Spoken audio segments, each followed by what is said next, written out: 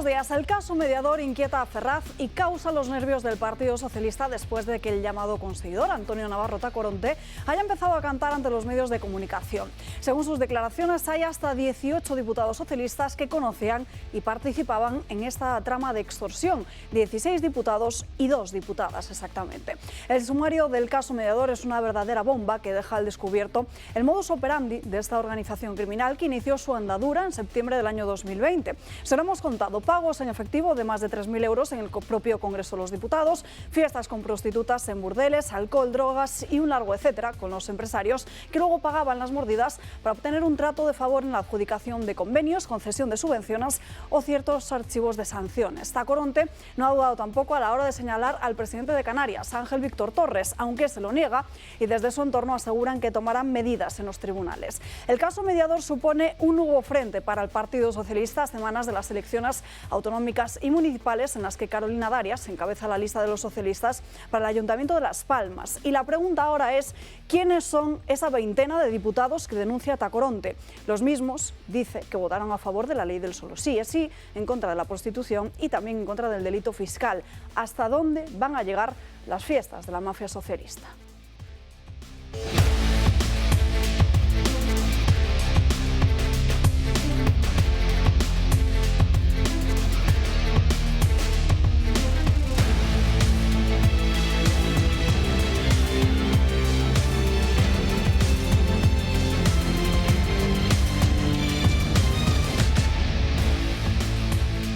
Comenzamos la semana aquí en Dando Caña, muy pendientes de todas las novedades acerca del caso mediador, pero también pendientes de lo que va a suceder esta mañana en el Congreso de los Diputados, donde Vox va a registrar esa moción de censura con Ramón Tamames como candidato. Se lo estaremos contando desde aquí en directo. Saludamos a los invitados que nos acompañan hoy. Julio Ariza, muy buenos días. Buenos días. Bueno, con permiso de Medvedev, que habéis visto que ha hecho unas declaraciones en una agencia rusa, creo que es un medio ruso, no sé cuál, si es una agencia o es un diario, pero ha dicho que van a tardar, que si Occidente insiste en enviar armas a Ucrania, que ya no veremos esta civilización como la hemos visto, dice textualmente, y que tardarán algunos siglos en desaparecer los rastros de contaminación nuclear entre los cascos humeantes de las... Eso ha dicho Medvedev esta mañana, es decir, que no están de broma. Y me ha parecido una cosa tan terrible y tan dura y tan fuerte que vale la pena que se lo contemos aquí, ¿no? Acabo de colgar en Telegram esas declaraciones que aparecen en la agencia Reuters y que son tan dramáticas como las estoy explicando. Y por otra parte, a mí me encantaría que este señor que dice que hay 18 diputados socialistas implicados en el caso, pues ya estaban tardando en decir los nombres. Ya están tardando. Si hay 18 diputados socialistas que estaban enredados en esta corrupción tan tremenda del Partido Socialista, pues que los digan de una vez, ¿no? Sobre todo los periodistas que tienen acceso a esa información, porque me consta que hay algunos medios de comunicación que saben el nombre de esos diputados y no se está publicando. De hecho, Tacoronte, según sus propias declaraciones, dice: hay diputados de Ávila, diputados por Galicia, diputados por Navarra. Diputado por Navarra de momento solo hay uno, por el Partido Socialista, que es Santos Cerdán. Santos Cerdán, hombre complejo, complejo, muy vinculado a Ábalos en su momento, complejo. Sí, es que hay muchas historias ahí. Vamos a ver si nos dicen los nombres de una vez. Yo creo que al PSOE este asunto le está quemando en las manos y que es un tema gordísimo también. Pero bueno, lo de Medvedev, miradlo en el canal de Telegram porque es una cosa muy espeluznante. Te pone los pelos de punta escuchar al número 2 del Kremlin decir que, pues eso, que vamos a una conflagración nuclear y que nos preparemos para el peor de los escenarios. Isaac Parejo, muy buenos días. ¿Qué tal? Muy buenos días. Bueno, pues yo estoy escuchando abrumado las novedades del caso mediador, ¿no? Y deseando también escuchar los nombres de estos 20 puteros y cocainómanos del Partido Socialista, que, bueno, que espero que algún periodista sea valiente y lo publique. Y también estoy bastante asombrado de que sigo diciendo que esto no le va a pasar factura al Partido Socialista. Es que no sé si nos damos cuenta de que tenemos a un partido que lleva ya 2 casos de corrupción en los que multitud de miembros están implicados en pagos a prostitutas y cocaína con dinero público, 2 casos van ya, y es el mismo partido que echó al anterior gobierno por corrupción. Es que es una cosa espectacular. Y el mismo gobierno también que ha rebajado las penas por corrupción, el mismo gobierno que ha soltado a golpistas y a violadores. O sea, estos son los que están continuamente dando lecciones de moralidad. Es alucinante. El caso Mediador es una de las cosas más turbias que se han producido en política en los últimos años, más oscuras, y yo creo que falta todavía, estamos en la puntita del iceberg para saber todo lo que hay debajo de ese entramado. Eso es lo que también ha dicho Tacoronte, que estamos en la punta del iceberg. Claro, estamos en la puntita. Es que al final lo que ha salido es una entrevista que ha dado ese señor que ha dicho 4 cosas que yo creo que es para empezar a alargar, pero todavía no sabemos absolutamente nada de lo que hay detrás. O sea, una trama en la que empresarios pagaban mordidas a cambio de no ser investigados y bueno, es que, repito, yo estoy deseando saber esos nombres de los 20 socialistas porque yo me comprometo a registrar en el registro civil un puticlub con el nombre de esos 20 diputados socialistas. Y otra cosa, me deja el 9 de marzo, que te iba a decir, tenéis una cita, tú también, Julio. Tenemos una cita el 9 de marzo con Kake Minuesa, el Kake Night Show, que cumple 10 años, además es el cumpleaños de Kake, un besazo enorme para mi amigo Kake, y ahí estaremos pues Julio, Inocente Duque, Carlitos, Madame in Spain y yo, que lo vamos a pasar. Julio, ¿tú sabes dónde te metes, Julio? Me temo. ¿Tú sabes dónde te vas a meter? Sí. Nos lo pasaremos muy bien, eso seguro. Sí, tú sobre todo te lo vas a pasar estupendamente, claro. Juan Antonio de Castro, muy buenos días. ¿Qué tal? Buenos días. Pues sí, siguiendo la línea de lo que estáis comentando, ¿no? Yo creo que lo que comentabas, Julio, de Medvedev es gravísimo, pero es tan grave como a lo que están llevando a Rusia a tomar como decisión, ¿no? O sea, cuando toda la OTAN, dirigida por Estados Unidos y Reino Unido principalmente, decide que va a agredir a Rusia en el largo plazo y declara y hace una guerra no declarada con países europeos que se vuelven conniventes con ella sin declararla, porque ahora ya las guerras son híbridas, o sea, no son declaradas. No se sabe muy bien si es declarada o no. Primero te mando armas, luego te mando carros de combate y después te mando aviones de combate y al final te mando personas también. Al final es todo guerra, sigue siendo guerra y decenas de miles de muertos, ¿no? Al cabo de semanas y demás. Entonces, bueno, creo que es una amenaza, creo que lo que dice Medvedev es cierto. O sea, claro que sí, si siguen los países todos inyectando armas y fomentando esta guerra, se hartará Rusia. Y es tonto pensar que Rusia no se va a hartar, como se hartaría Estados Unidos. O sea, estamos hablando de potencias nucleares que pueden en un momento dado, puñetazo en la mesa y punto. Y ahí llegaremos si la culpa no habrá sido de Rusia, en este caso, totalmente, sino realmente de una OTAN que se ha creído con el derecho de darle la lata a Rusia en el largo plazo. Y esto lo venía planeando además desde hace muchísimo tiempo. O sea, que aparte de la misión especial y la entrada contra Ucrania, está la estrategia de muy largo plazo de pegarle a Rusia el bofetón. Y eso yo no creo que la mayoría de los españoles esté de acuerdo con ello, ni creo que la mayoría de los españoles quieran coger las armas contra Rusia, ni creo que estén de acuerdo en que mandemos aviones, ni que sigamos fomentando el llegar al borde del precipicio de la guerra nuclear. Me parece tan absurdo, es ridículo. Patricia Sanz, muy buenos días. ¿Qué tal, Alba? Muy buenos días. A mí me gustaría centrar esta entradilla, ¿no? En la otra gran cuestión del día, como es la moción de censura de Vox. Hemos escuchado durante el pasado fin de semana todo tipo de declaraciones por parte de nuestros líderes políticos, sobre todo y especialmente de los socialistas, pero también de Alberto Núñez Feijóo. Y yo quiero recordar que la moción de censura es uno de los 2 cauces, ¿no? Políticos que tiene cualquier representante para poder pedir una responsabilidad política a un ejecutivo. Uno es votar en contra de esas políticas de gobierno, es decir, votar en contra de las leyes, de los decretos leyes, en contra de los presupuestos generales del Estado, como le sucedió a Felipe González, y en definitiva votar en contra en un Parlamento donde se ha negado precisamente ese debate parlamentario, se han negado los informes de órganos consultivos, se ha usurpado el Tribunal Constitucional. Por tanto, cuando esa vía, ese cauce político está negado, solo queda la moción de censura. Entonces, frente a todos aquellos que han dicho o han tildado de show parlamentario esta moción de Vox, bueno, pues es que es la única forma de echar a Pedro Sánchez antes de diciembre de este año, ¿no? Entonces, creo que es muy importante lo que tenga que decir, en este caso, Ramón Tamames, que va a representar, bueno, pues una postura política sin duda independiente, en la que no se va a exponer el postulado de Vox, todo lo contrario, se va a exponer todos aquellos errores del Gobierno, y tenemos que estar muy atentos, porque va a ser ya la sexta, si no me equivoco, y sin duda, frente a aquellos que dicen que va a dar un balón de oxígeno a Pedro Sánchez, bueno, pues es que a lo mejor se trata, como decía Santiago Abascal en Zaragoza el pasado viernes, de retratar a todos esos socios, pero también a la oposición. Hablemos precisamente de la moción de censura que Vox va a registrar en apenas unos minutos en el Congreso de los Diputados, a donde nos iremos en directo. Y veamos primero cuáles han sido las reacciones del resto de partidos políticos, porque desde el PSOE consideran que es una tomadura de pelo, desde Ciudadanos ya se han posicionado, y mientras que la anterior dirección, capitaneada por Inés Arrimadas, aseguraba que iba a votar a favor de esa moción de censura porque la consideraban esencial para retratar a Pedro Sánchez, ahora dicen que van a votar en contra. Y en el Partido Popular queda por confirmar si lo que van a hacer es abstenerse o votar en contra. Todo esto además de que Meritxell Batet tiene la sartén por el mango de fijar la fecha para esa moción de censura. Desde Ferraz, por lo que están diciendo y asegurando en los últimos días, parece que se ven fuertes y que esa moción podría ir lo más pegada posible a las elecciones autonómicas y municipales del mes de mayo.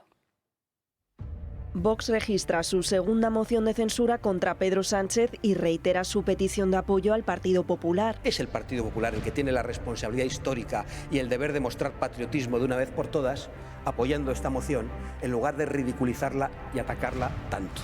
Precisamente el líder de los populares dirigió unas duras palabras hacia los de Vox. Los españoles no esperan de los políticos que les entretengan. Los españoles esperan de los políticos que les resuelvan los problemas del conjunto de la sociedad. No quieren que el Parlamento se convierta en un show. En un tono aún más duro ha reaccionado el bloque socialista del Gobierno, quien ha arremetido incluso contra quien ya ha anunciado su abstención. Una moción de censura, por cierto, a la que el señor Feijóo no es ajeno. Comió con el señor Tamames, se vio a escondidas con el señor Santiago Abascal, pero yo estoy segura que en esta ocasión el señor Feijóo no tendrá la gallardía que tuvo su antecesor, el señor Casado, y no votará en contra. Pero evidentemente el Partido Popular, si se quiere desmarcar, tiene que votar negativamente. Y a mí, sinceramente, esto no me parece serio porque no responde en estos momentos ni a las necesidades de España, ni al problema, ni a la situación que estamos viviendo. Ya lo ven, una herramienta política que, aunque nace muerta matemáticamente, puede que sirva para que un político histórico ponga los puntos sobre las íes a este gobierno y para que, en palabras de Santiago Abascal, golpistas, separatistas y comunistas se retraten ante España y ante Europa. ¿Qué os parecen las diferentes posturas que están teniendo los otros partidos políticos? A mí me parece que es el momento de retratarse. O sea, yo creo que el Congreso está hecho para eso, precisamente, ¿no? Y me parece una idea buenísima. Me parece tremendo que el Partido Popular dude entre abstenerse o ir en contra, que no se plantee ni la posibilidad de apoyarlo. No sé si se da cuenta el Partido Popular que va a gobernar con Vox o no va a gobernar. Bueno. O no va a gobernar o va a gobernar con los socialistas, perdón. Se me había olvidado la tercera, que es la más probable y la más terrible, yo creo, para los votantes del Partido Popular, me imagino. Entonces, la verdad es que no se entiende muy bien lo que está pasando, pero me parece que venga un personaje como Ramón Tamames y les recuerde a todos lo que fue la transición, les ponga frente a las responsabilidades de lo que era un político o de lo que eran los políticos responsables y dignos que creían en España, me parece una cosa buenísima. Es que independientemente que lo plantee Vox o lo hubiera planteado Podemos, el que venga un señor y nos recuerde las esencias de cómo nació nuestra democracia y la fortaleza de nuestro país y lo democrático que era respecto a la pseudo-dictadura o dictadura que nos están planteando hoy en día, creo que también es bueno. Entonces no sé por qué no aprovecha también el Partido Popular eso, una actitud política pura, ¿no? Yo creo, Juan Antonio, que es que no son... Es decir, hay que subir un poquito, hay que ampliar un poco la perspectiva para mirar esto, ¿no? Es decir, estamos, por lo menos una serie de personas en este país que consideramos que el Estado de Derecho, las garantías de los derechos y las libertades fundamentales están puestas en cuestión. Es decir, el hecho de que haya un gobierno que gobierne por decreto ley, de forma sistemática, pone en duda ya completamente el hecho de vivir en una sociedad democrática y y en un Estado de Derecho tal como se entiende con los principios de legalidad y de seguridad vigentes, ¿no? Si no vivimos en un Estado de Derecho, o por lo menos intentamos vivir en un Estado de Derecho, cuando analizamos las posibilidades que tiene la ciudadanía de defenderse de un gobierno que hace exactamente lo contrario de lo que prometió cuando pidió el voto, y ves que el Tribunal Constitucional no te sirve, porque el Tribunal Constitucional un año después te declara que hubo claramente inconstitucionalidad en los estados de alarma, en los decretos de los estados de alarma, pero claro, ya ha pasado el tiempo y ya nada se puede hacer y no tiene ninguna consecuencia que el gobierno actúe de esa manera. El Tribunal de Cuentas está completamente neutralizado por el gobierno, la Fiscalía está en manos del gobierno, una parte de la judicatura está ya controlada por el gobierno, el Tribunal Constitucional, por supuesto, ya lo está. La opinión pública está completamente mediatizada, la formación de la opinión pública por los grandes grupos de comunicación que viven en gran medida de la publicidad institucional y, por tanto, de los caprichos, los deseos del gobierno. ¿Me quieres decir qué rayos nos queda para poder defendernos de la autocracia, para poder defendernos de esa forma completamente antidemocrática que está ejerciendo el gobierno el poder, tal que está ejerciendo el poder el gobierno? Pues nos quedan muy pocas. En el Congreso de los Diputados solo una, que es la moción de censura. Sí. Es decir, entonces, si no tenemos mecanismos, porque el CIS está controlado, la Fiscalía está controlada, el otro está... No hay ningún sitio donde poder... Es decir, ¿me quiere usted decir, señor Feijóo, o me queréis decir los que estáis en la oposición a esta moción de censura, cómo rayos nos defendemos? ¿Qué hacemos? Es decir, ¿qué enganche tenemos? O sea, y las manifestaciones tampoco les valen. Porque luego tampoco van a las manifestaciones. No van a manifestaciones, les parecen mal las mociones de censura. ¿Qué quieren? ¿Qué quieren hacer? Por eso te digo, ¿no? Quiero decir, o sea, te ocupan todos los resortes que tendrías para defenderte del gobierno, o por lo menos para protegerte de decisiones injustas. Y una vez que te han ocupado esto, dices, bueno, yo con este tirabique, con este tirachinas, y enfrente tienes 10 Leopards, 15 divisiones acorazadas, tal. Y te dicen, oye, que la goma es muy larga, la del tirabique este. Dice, hombre, déjeme usted utilizar lo poco que tengo para defenderme de un gobierno que se salta todos los controles, que se salta todos los límites de un gobierno democrático. Esa es mi opinión. Es que el Partido Popular, en fin, yo hay veces que me desespero. O sea, el 21 de enero se celebró en España una de las manifestaciones más multitudinarias que yo recuerdo, que fueron, creo que 300.000 o 400.000 personas. Fue una auténtica pasada. Estuvimos todos allí, aunque a mí me decepcionó bastante el discurso que se dio, pero bueno, allí estábamos todos. El PP no fue. Es que el PP no fue. O sea, ¿por qué no fue? No fue Ayuso, no fue Feijóo. La única que fue Cayetana Álvarez de Toledo, y fue a título personal, no por el partido. Entonces, claro, lo único que hacen es una manifestación de mierda, que hay que decirlo, que hicieron una manifestación de mierda y ridícula en el Congreso de los Diputados contra Irene Montero, porque Irene Montero les acusó de promover la cultura de la violación, y entonces, como protesta... Que encima disolvieron la manifestación en cuanto apareció en cuanto apareció Vox, se fueron corriendo. Eso es lo único que hicieron, hacer el imbécil delante del Congreso con 20 personas protestando por la ley del solo sí es sí, que llevan 6 meses dando el coñazo con la ley del sí es sí, que es verdad que todos estamos de acuerdo que la ley del sí hay que derogarla, que es perjudicial, etcétera, pero coño, es que parece que no han hecho otra cosa. Es que el PP lleva 6 meses solo con la palabra sí es sí en la boca, como si no estuvieran haciendo nada más, que es que están destrozando este país económica, social y moralmente, y Cuca Gamarra está todo el día con la ley del sí es sí en la boca. Es que piensan que las olas les van a llevar solos. Yo estaba asombrado estos días en el debate en el Parlamento, el otro día en el Congreso, cuando varios ministros socialcomunistas le plantean el tema este de qué es gente de bien. Y esa agresión que hubo, ¿qué piensa usted? Pero de verdad estamos para usted, en ese ¿quién debate? es gente de bien? No, pero una cosa, lo que me... Un comentario que al final... ¿Sabe lo que me chocó muchísimo? Que el Partido Popular no fuera capaz de responder a ese reto, a esa pregunta y a esa mofa que le estaba haciendo el socialcomunismo. ¿Por qué? Porque claro que saben lo que es gente de bien. Feijóo sabe lo que es gente de bien, pero no se atreve a decirlo, no se atreve a enfrentarse. Aquí cualquiera de nosotros puede definir en este momento lo que es gente de bien. ¿Estáis de acuerdo? Hombre. Pero Claro, claro, Sí, pero es que, dedicarle Antonio, media hora. al Una final cosa se que centra el dice debate bien. en un asunto tan inútil Porque que no nos aporta llevan a nada ello, y que claro. a la gente no le interesa Nos nada. llevan a esa pelea, pero incluso esa pelea no es capaz de darle al Partido Popular por complejo puro, porque no sabe muy bien cómo definir a la gente de bien. Y me Y sin deja embargo, asombrado. Es muy fácil. sin embargo, todo el que las- no vota a Pedro Sánchez es gente de bien. Y sin embargo, las encuestas, por lo que siguen diciendo, la misma línea de lo que se ha publicado en las últimas semanas, siguen dando esa victoria al Partido Popular. Vamos a analizar tres que hemos conocido, bueno, que se han publicado esta misma mañana. La primera, la de Sigma 2, para Antena 3 Noticias, que da esa victoria al partido de Alberto Núñez Feijóo con un 31,6% de los votos. Por detrás, el Partido Socialista, con una caída de apenas 3 puntos, Vox un 14,6%, Unidas Podemos, que cae, Más País y Ciudadanos, que tendría un 2,5% al borde de desaparecer del arco parlamentario. Por su parte, la de GAT3 para News, mismo panorama, victoria para el PP. Esta, en su caso, habla de una horquilla de 146 y 105 escaños.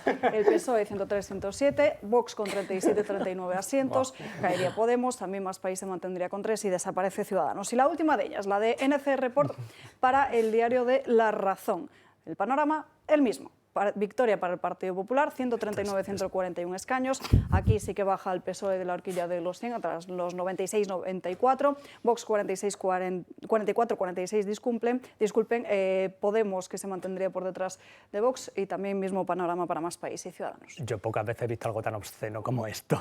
O sea, bueno, la de GAT3 es que prefiero ni mencionarla. O sea, 150. ¿Alguien se puede creer? Ya, imagínate que aunque estuviera Ayuso de candidata, es que alguien puede pensar que hoy en día, con el arco parlamentario que tenemos, un partido puede sacar 150 escaños. Es que ya no es por la tirria que yo le pueda tener a Feijóo, que se la tengo, y mucha, sino el hecho de que, teniendo un arco parlamentario con tantísimos partidos, alguien pueda creerse que el PP o cualquiera puede sacar 150 escaños. Esto ya me parece una burla al ciudadano y una forma de guiar el voto de una forma absolutamente descarada.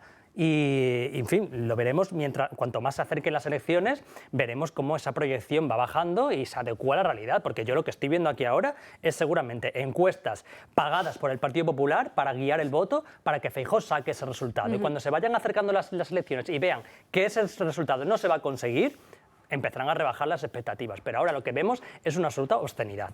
Importante también ver, que no me cansaré de repetirlo, cómo afecta esta moción de censura a estas encuestas. Patricia.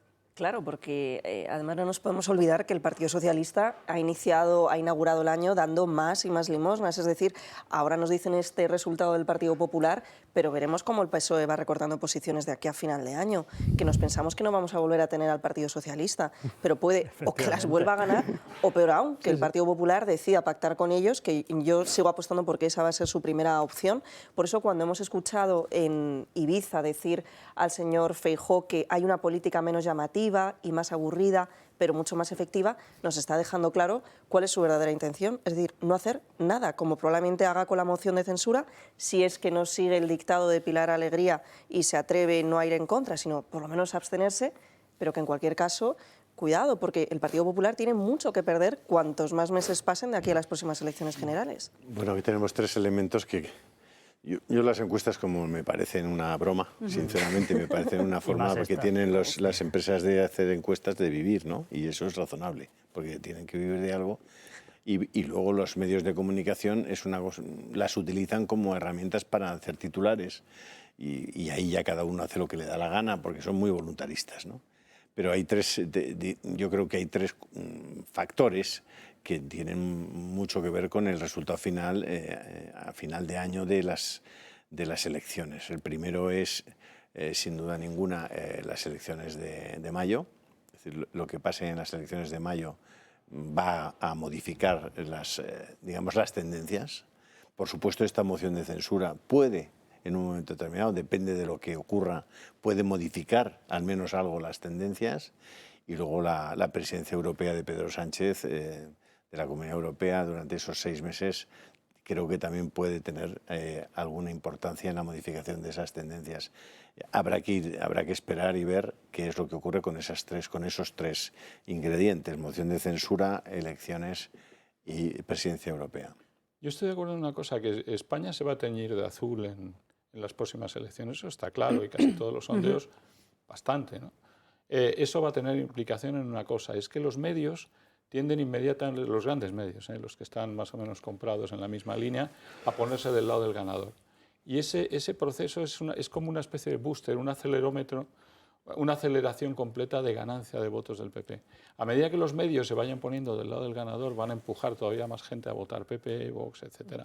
Y yo creo que ahí vamos en una tendencia positiva. Yo no creo que vaya, después de teñirse de azul y que además los medios aprieten en favor del Partido Popular, no creo que vaya a haber retroceso, salvo que se cometan errores muy graves. Yo es que me quiero dirigir al votante del Partido Popular.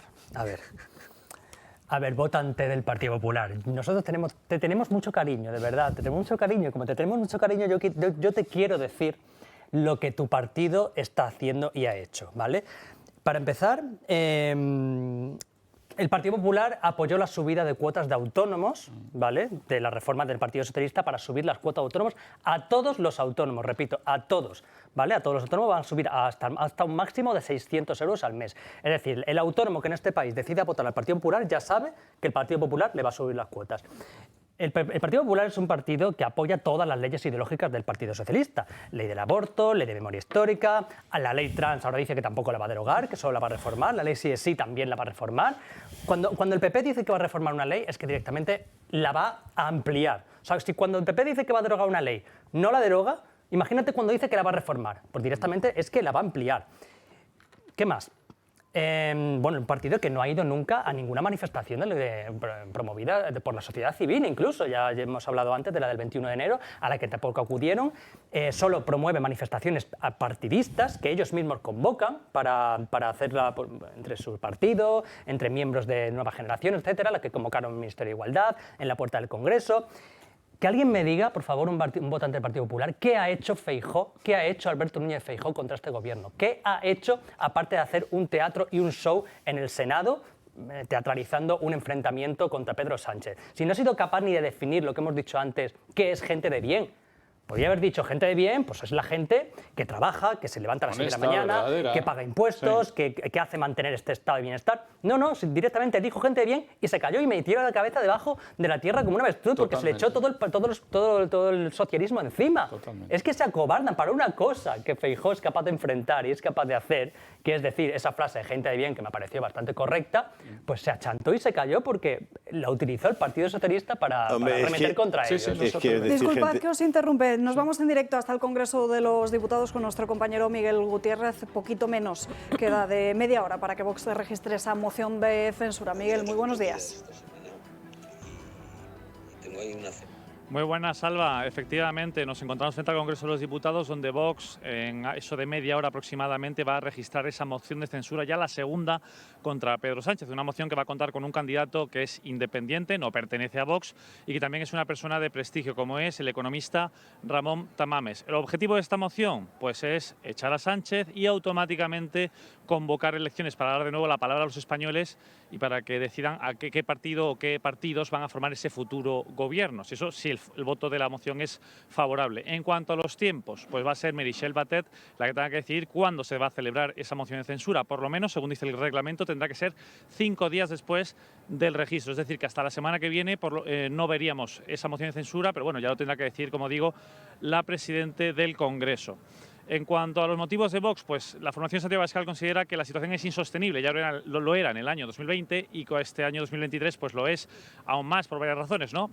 La situación socioeconómica, la vulneración de derechos y libertades que vimos durante la pandemia, el asalto a las instituciones, especialmente a la justicia, y también esos pactos, ¿no?, con el separatismo vasco que lleva que se den beneficios penitenciarios a los presos de ETA, incluso se les excarcele, y por supuesto a los golpistas del 1 de octubre, que ven cómo se echa al suelo ese delito de malversación y ese delito también de sedición. Y en cuanto a los apoyos de esta moción, pues por ahora no tiene ninguno, ya que el Partido Popular considera que la moción refuerza a Sánchez y por lo tanto opta por la abstención. Gracias, Miguel. En unos minutos volvemos hasta la Cámara Baja en directo para escuchar esa rueda de prensa que el partido de Santiago Abascal ofrece después de registrar esa moción. Julio, perdóname que te he interrumpido. Hablábamos del Partido Popular. Sí, bueno, vamos a ver. El Partido Popular tendrá que concretar cuál es su posición en los temas, y Isaac lo acaba de comentar, ¿no? En los temas de fondo, en los temas antropológicos. Quiero decir, en los temas de gestión, pues más o menos sabemos por dónde puede ir, aunque no conocemos todos los datos, porque distinta ha sido la gestión en temas fiscales que ha hecho él en Galicia, de la que ha hecho Ayuso en Madrid o de la que hacen otros compañeros de ese partido, que tienen criterios diferentes, ¿no? Tendrán que unificar los criterios también en los temas económicos o en los temas de los autónomos o en los temas de la gestión de la sanidad. Uno de los factores que pueden pesar mucho en las próximas elecciones es la situación de la sanidad, que en este momento ya empieza a ocupar uno de los primeros lugares en la preocupación de los españoles. Y preocupación que, por cierto, cuando haces encuestas, a las que yo por lo menos he tenido acceso, ya muchos españoles dicen, hombre, que el tema autonómico ha sido el que ha estropeado todo esto y que quizás lo que habría que hacer es que el Estado recuperara las competencias de sanidad y las unificara, ¿no? Porque la gente empieza a percibir que esto es un poco caos, que es un poco cachondeo, ¿no? La gestión de eso. Entonces, el PP tendrá que ir poco a poco concretando cosas muy específicas. En el tema antropológico, por supuesto, todas las leyes relativas a la ideología de género, en el tema del aborto, que el Partido Popular, y en este caso Núñez Feijóo, haya salido a toda velocidad a decir que está de acuerdo con que esta ley reconozca el derecho al aborto y que esa es una ley que es la que acepta hoy la sociedad española, cuando ni siquiera el Tribunal Constitucional tiene una sentencia. El Tribunal Constitucional lo único que ha hecho es cambiar al ponente, pero no ha emitido un fallo. Entonces tú no puedes salir a toda velocidad a refrendar algo que ni siquiera el Tribunal Constitucional se ha atrevido a hacer, porque además iría contra sus propios actos. El Tribunal Constitucional en el año 85 ya emitió un fallo en el que reconoce que el nasciturus tiene derecho a la vida y que no puede reconocerse el derecho al aborto porque le niega cualquier derecho al nasciturus. No puedes salir tú a toda prisa a decirle al Tribunal Constitucional que, que el aborto es un derecho. No, hombre, espérate por lo menos, ¿no? Pero como en ese tema, en los temas trans, por ejemplo, en los que la Comunidad de Madrid ha sido incapaz de echar atrás la ley que tiene en vigor y que es del mismo tenor que la ley que trata de sacar adelante o que ha sacado adelante la señora Montero y el gobierno de Sánchez. Es decir, en todas esas cosas el Partido Popular tendrá que mojarse, tendrá que decir, oye, no, que yo apuesto por un modelo de sociedad distinto al de la izquierda, que yo voy a pelear para que esto cambie, ¿no? Por ahora no está dispuesto a pelear más que para decir que está más cerca del PSOE que de Vox, como afirmó Cuca Gamarra, lo cual le sitúa en una posición, no sé, confusa. Sobre el aborto, la ley trans, la cuestión sanitaria y también el caso mediador hablaremos a lo largo de la mañana de hoy, pero tendrá que ser tras una breve pausa de publicidad. 2 minutos y volvemos. Ya estamos de vuelta en Dando Caña, pasan 6 minutos de las 12:30 y vamos a hablar ahora de corrupción, la del Partido Socialista con el caso mediador. Antes de nada, antes de conocer cuáles han sido las últimas novedades que se han publicado en los medios de comunicación, vamos a repasar quién es quién en esta trama de extorsión a empresarios en Canarias. Está por un lado la rama empresarial y por el otro la rama política. Como saben, la rama política encabezada por Juan Bernardo Fuentes, hasta hace unos días diputado del Partido Socialista, y también su propio sobrino Taixet Fuentes, director de ganadería del Gobierno de Canarias, que ha sido el sucesor de Bernardo Fuentes, de Tito Berni, como se le conoce popularmente, en este mismo cargo. La rama empresarial, pues ahí lo están viendo, la llevaba el director retirado de la Guardia Civil, Francisco Espinosa Navas. En medio, ahí lo ven, Francisco Antonio Navarro Tacoronte. No, disculpe, director retirado no, general. General retirado. General. Y en medio, ahí lo están viendo, el intermediario y conseguidor, que sería el que conseguiría las empresas para que los políticos de la rama que están viendo a su derecha pudiesen cobrar esas mordidas. Que es lo último que sabemos que se publica hoy en los medios de comunicación, que van desvelando poco a poco el contenido de ese teléfono móvil de Tacoronte. Es pues que la Guardia Civil, lo publica Canarias 7, concluyó que hay muchos más actores en esta trama delictiva e incluye en su informe al ya exdirector del Servicio Canario de Salud. Podríamos hablar, como les contamos la semana pasada, de que esta sería la persona que también habría cobrado un fajo de dinero, un sobre de más de 5.000 euros, cuando Tacoronte se refería en uno de esos audios al de Sanidad. Decía, además, el propio Tacoronte Coronte ha iniciado una campaña en los medios de comunicación, ha concedido diferentes entrevistas a varios periódicos y televisiones y dice que hay alrededor de una veintena de diputados socialistas que no solo conocían esta trama, sino que también participaban en ella. Los diputados conocían de las actividades. No es que conocieran las actividades, es que participaban. Sí, claro. La cena se trataba de instalar placas solares en varias comunidades autónomas de España. Vale. Ya fuera Sevilla, Andalucía, ya fuera Ávila, ya fuera Galicia. Vale. ¿Y de ahí son esos diputados? Sí, más o menos. Dice que hay 16 diputados y 2 diputadas del Partido Socialista y estamos esperando a que se desvelen de una vez por todas los nombres. Bueno, es que ahí hay dos facetas, ¿no? Una es la constructiva, digamos, que es decir, oye, yo te ayudo a obtener subvenciones. Sí. Pero luego estaba la otra, que era, oye, si te portas bien, no te inspecciono. Ahí está. Efectivamente. Cuidado. Y a veces parece que estaban unidas. O sea, si te portas bien, no te inspecciono y además, si me das pasta, te traigo subvenciones. Y luego te llevo de putas. Ahí lo que yo digo es lo siguiente. ¿Está claro en este país qué se puede hacer, de qué manera, con qué medios, para ayudar a alguien a que tenga, por ejemplo, fondos europeos?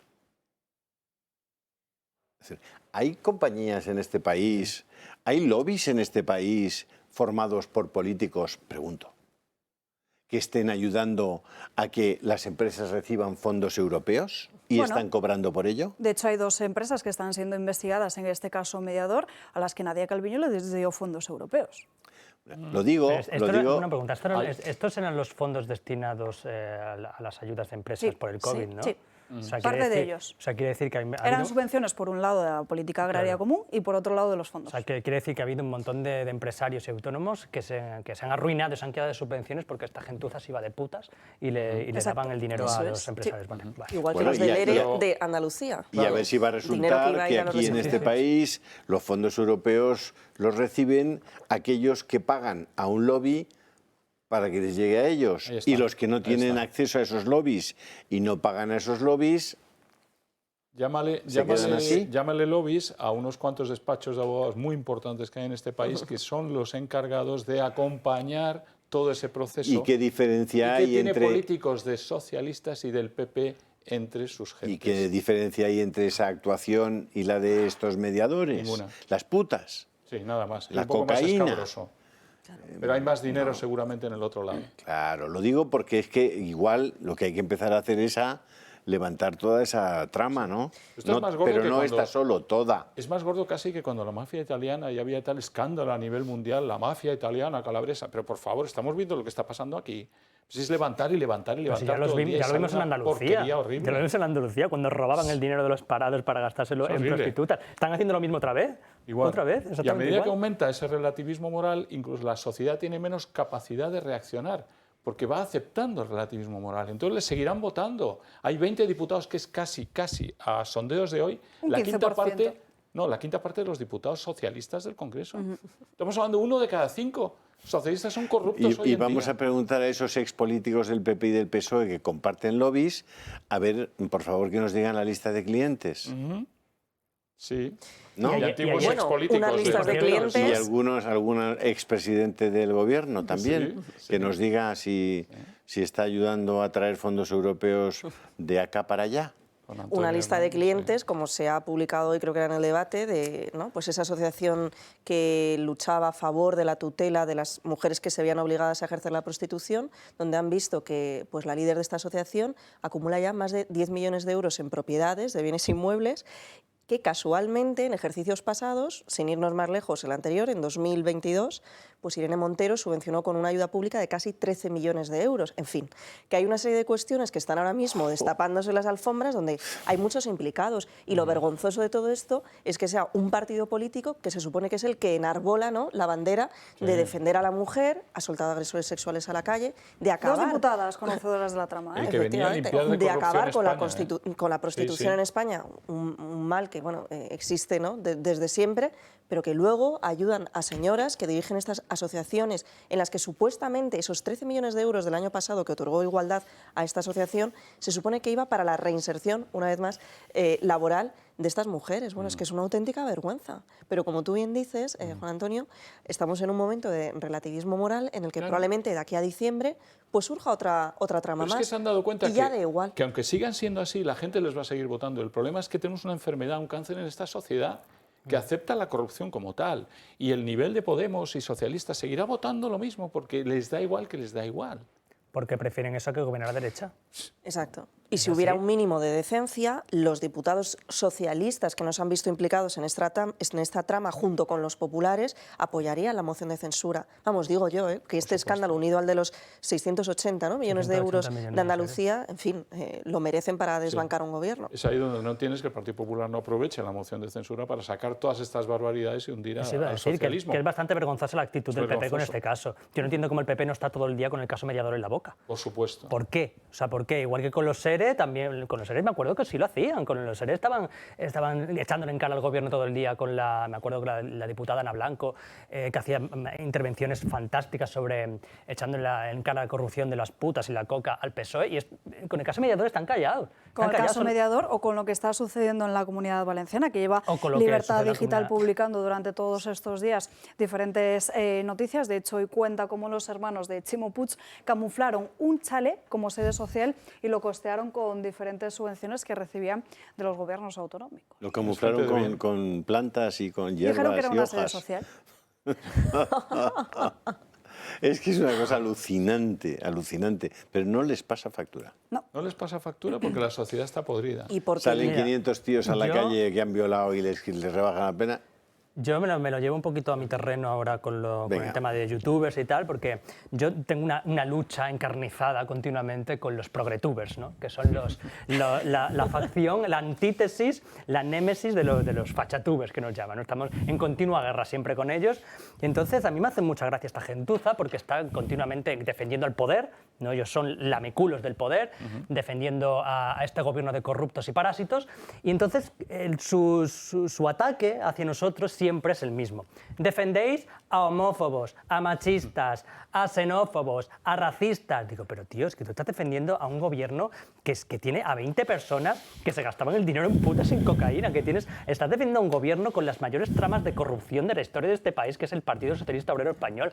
Estás defendiendo a un gobierno que está soltando violadores a la calle. Encima me estás negando que eso está ocurriendo, que yo me he llegado a encontrar algún rojo de mierda de estos diciéndome que no, que es mentira, que es un bulo eso de que se están soltando violadores a la calle. Sí, claro. Yo, que es un bulo, ¿en serio? O sea, me estás diciendo que están saliendo cada día pederastas y violadores beneficiados por la ley solo sí es sí, y me estás diciendo que es un bulo. Pues continuamente estamos en esta lucha en la que el único ataque que recibimos de esta gente es que eres homófobo, es que eres machista, es que eres racista. Y cuando les dices, tío, que estás defendiendo a una gentuza que está dilapidando el dinero público en cocaína. O sea, ¿qué me estás diciendo? ¿Que soy homófobo yo? ¿Y tú defendiendo a cocainómanos y puteros? Es increíble. Pues desde aquí les digo que tiene poco que hacer conmigo. Que yo les voy a seguir llamando defensores de puteros y de cocainómanos, que son los progresistas. Y todo eso con un gobierno que aumenta la deuda de este país cada día. ¿Sabéis cuánto aumenta la deuda de España durante el programa Dando Caña? 16 millones de euros. Las 2 horas del programa Dando Caña, 16 millones de euros más endeudados. Y así vamos, segundo a segundo, 2.300 euros por segundo se endeuda adicionalmente este gobierno. Y por eso durante todo el fin de semana muchos editoriales de diversos medios de comunicación, por supuesto la mayoría de ellos regados con dinero público, aún así han puesto de manifiesto, y a mí me ha llamado soberanamente la atención, porque no era el tema principal, ¿no? Solo se hablaba de la moción, pero han puesto sobre la mesa lo que se va a encontrar el gobierno que venga después, que ya lo hemos empezado a sufrir. Se nos han incrementado las contribuciones que hacemos en nómina, por ejemplo, al sistema de pensiones. El próximo probablemente, bueno, el factor de sostenibilidad ni lo va a tocar. Pero bueno, es que es una situación muy grave. 12.000 millones al mes cuestan las pensiones. 12.000 millones al mes. Es una cosa apabullante que nadie, y esto incluye a todos los partidos, ni PP, ni Vox, ni PSOE, nadie se atreve a reformar este sistema, esta estafa piramidal que es el sistema de las pensiones. Se van pasando la patata unos a otros hasta que les explote la patata. Si tú te endeudas un tercio más de lo que había, pues ya está, tienes un Pero que es absolutamente insostenible, que es que el mayor problema en este país ahora mismo es las pensiones. Pero que se nos sube la prima de riesgo, que es que este país se va al cuerno endeudándose así, que no puede seguir. Y tampoco nadie quiere enfrentarse al asunto de la inmigración ilegal, que aquí les hemos contado muchas veces. Sí ha ocurrido en Italia, donde la semana pasada se aprobó una ley que limitaba el desembarco de ilegales en el país con multas de hasta 50.000 euros. Pues bien, este fin de semana, en las últimas horas, ha naufragado una patera en Calabria con 60 ilegales muertos. Se ha reactivado además la búsqueda y Giorgia Meloni tiene el claro culpable, las mafias.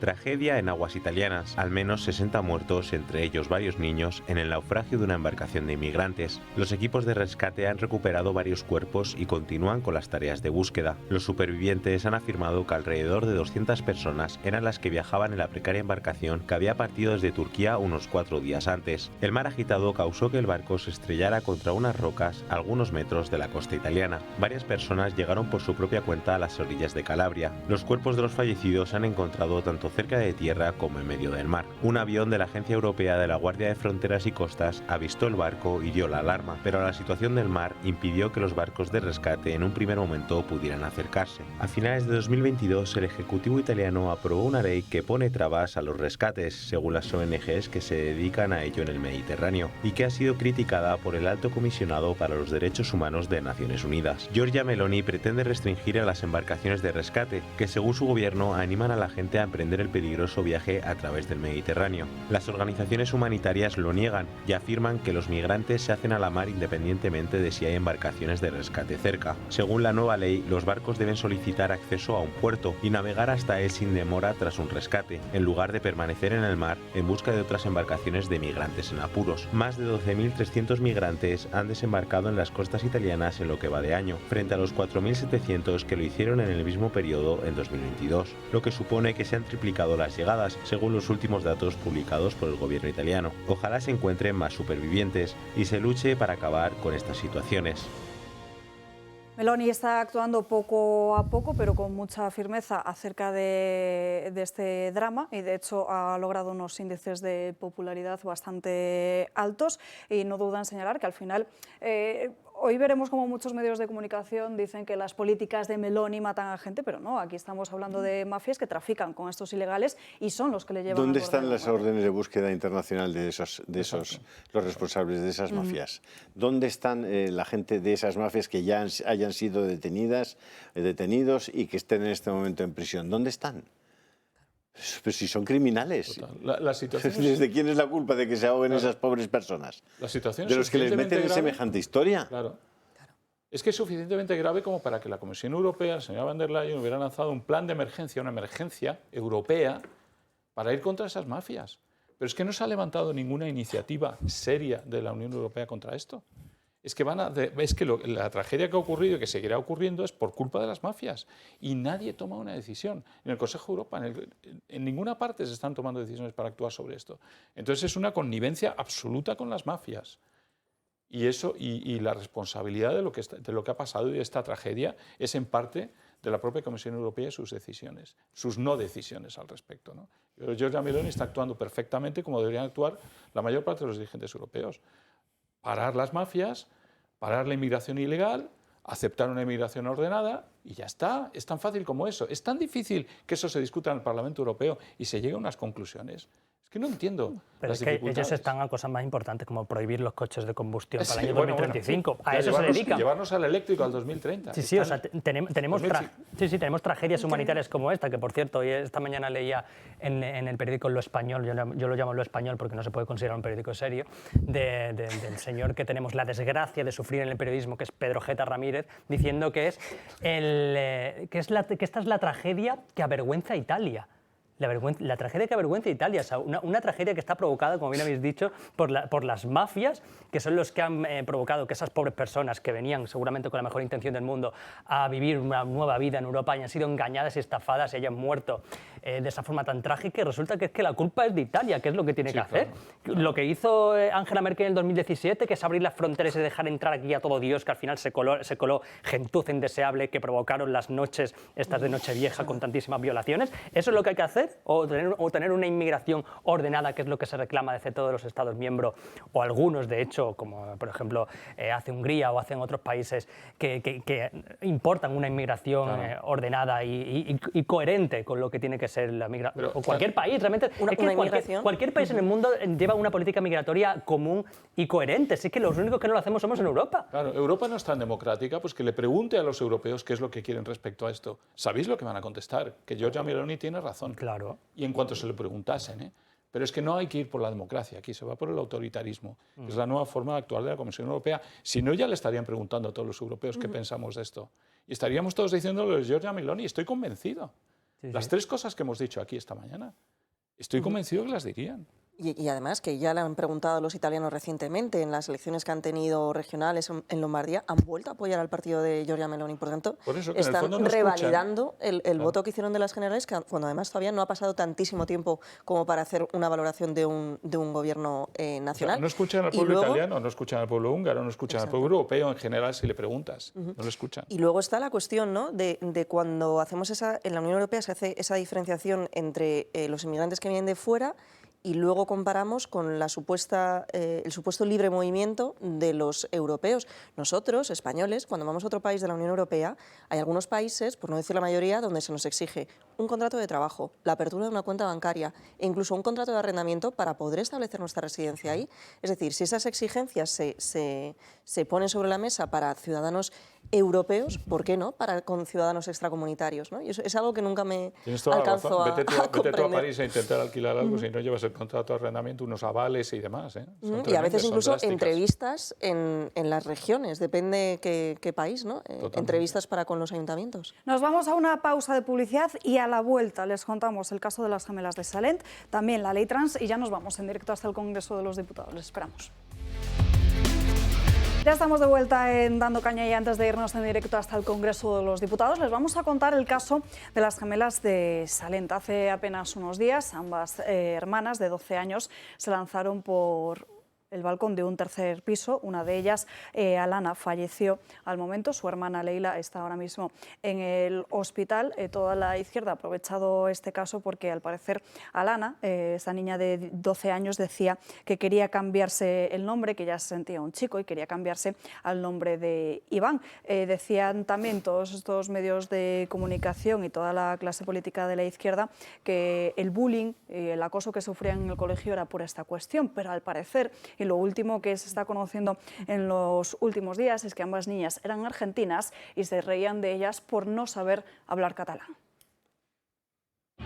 De un día para otro, la pequeña localidad de Sallent, en Barcelona, se sumió en una tragedia. El martes 21 de enero, unas gemelas de 12 años, llamadas Alana y Leila, se despertaron temprano para ir al colegio. Luego, por la tarde, una de ellas tenía que ir al psicólogo, pero nunca fue. Alrededor de las 3 de la tarde se arrojaron al vacío. Alana murió en el acto y su hermana Leila fue trasladada grave a un hospital de Sabadell. Antes de tirarse dejaron una carta en la que aseguraban que se querían ir porque no eran felices, afirmando también que creían que nunca lo serían. Tras ello, los medios españoles y argentinos, país de procedencia de las pequeñas, se llenaron de titulares afirmando una cosa: ambas recibían bullying porque una de ellas quería cambiar de género. Una de las gemelas de Sallent quería que la trataran como chico y le llamaron Iván. Una de las gemelas que se lanzaron al vacío en Sallent quería ser un chico. La gemela que murió en Sallent quería cambiar de género, se cortó el pelo y pidió que le llamaran Iván. Se reían por su acento y porque una de ellas quería que le llamasen Iván. Sin embargo, existe otra razón que muchos han intentado silenciar. También recibían bullying y eran acosadas por no hablar en catalán y por su acento argentino,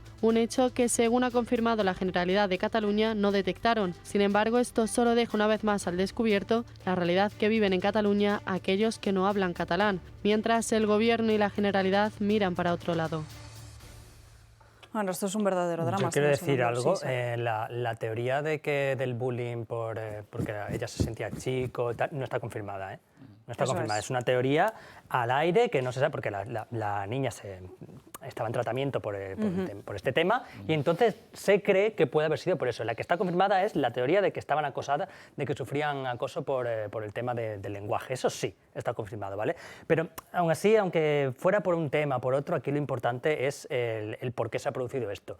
Y aunque algunos lo quieran llevar a términos políticos, tanto en un caso como en otro, aquí el único culpable de lo que ha pasado es el colegio, que es lo de siempre. Yo estoy hasta los, perdón por la expresión, hasta los cojones de que todos los casos de bullying siempre se den por culpa de los colegios. Los colegios que son los que ocultan la realidad del acoso escolar y siempre miran por otro lado. Y cuando se produce, no sabíamos nada. Sí lo sabíais, sí lo sabíais. Y lo digo yo, que yo fui víctima de bullying cuando estaba en el colegio y vi cómo actuó el colegio ocultándolo y los profesores callados mientras se veía el acoso que se hace encima delante de los propios profesores y los profesores miran para otro lado y no hacen nada. Ese es el problema del bullying en España, que no se llevan a cabo los protocolos que están obligados a seguir los profesores y miran para otro lado. Y luego encima cuando se lo dices, oye, que tenéis la culpa, ellos no dicen nada, encima obligan a los alumnos a no hablar. Obligan a mantener una política de silencio total en los colegios para que no se hable y saquen las vergüenzas al aire, que es que la realidad, que los colegios tienen la culpa del acoso y ese colegio, no sé cómo se llama el colegio, pero es el culpable de la muerte de esa niña. Yo confirmo lo que dices, tengo además amistades, una familia también que está su hijo sufriendo bullying y el colegio no hace absolutamente nada, pero nada para pararlo, ¿no? Y eso es tremendo, porque es quitarse una responsabilidad que tiene que tener el colegio. Estas familias están teniendo que ir allí, hablar, decir algo, no, eso hay que dejar. Quizá meteremos algún mediador, pero no hacen nada. Y se me tienen que sacarlo. Al final termina saliendo el niño acosado del colegio, en lugar de expulsar a los acosadores. Es que siempre es igual, os lo juro, es agotador ver cómo cada vez que se produce un caso de bullying, siempre es el colegio el que está detrás. Siempre. Y además hay muchos casos, de hecho hay informes que ya apuntan como el acoso escolar es una de las causas por lo que muchos menores deciden suicidarse. Sí, efectivamente es así. Es trágico total. Sí, yo solo tengo que hacer una pequeña matización, y es que a raíz de conocer durante los últimos días algún caso de abuso en algún colegio, por cierto, católico, concertado, sí es cierto que estuve mirando un poquito cómo afrontaban los colegios concertados y en concreto algunos que daban educación católica, y tengo que decir, en honor a la verdad, que la mayoría de ellos...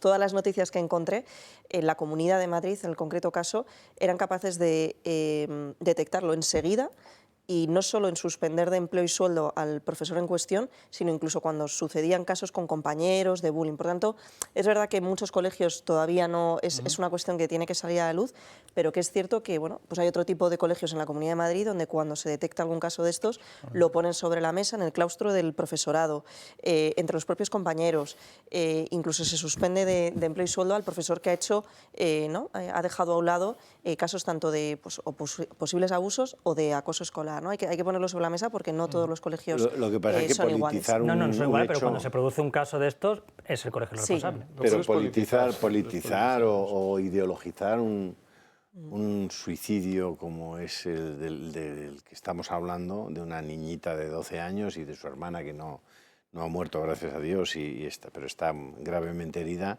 me parece satánico, sinceramente. Es decir, a ver, ¿de qué se trata aquí?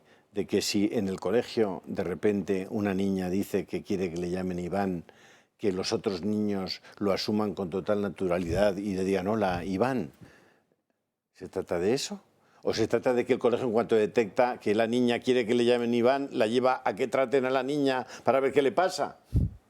Porque no es Iván. Las dos cosas. Claro, quiero decir, ¿de qué estamos hablando? Es decir, y luego que sacar en los titulares de primera, decir, no, es que se ha suicidado porque quería que le llamaran Iván y se reían de ella. Y ahora resulta que es que se ha tirado porque... Santiago Abascal, en directo en el Congreso de los Diputados, lo escuchamos. En fin.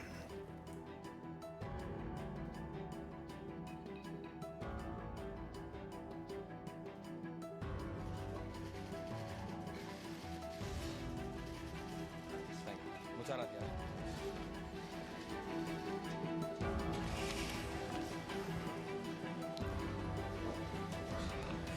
Muy buenos días y muchísimas gracias por su atención. Nosotros no vamos a fingir normalidad democrática, no vamos a fingir como que aquí no pasa nada frente al peor gobierno de nuestra historia.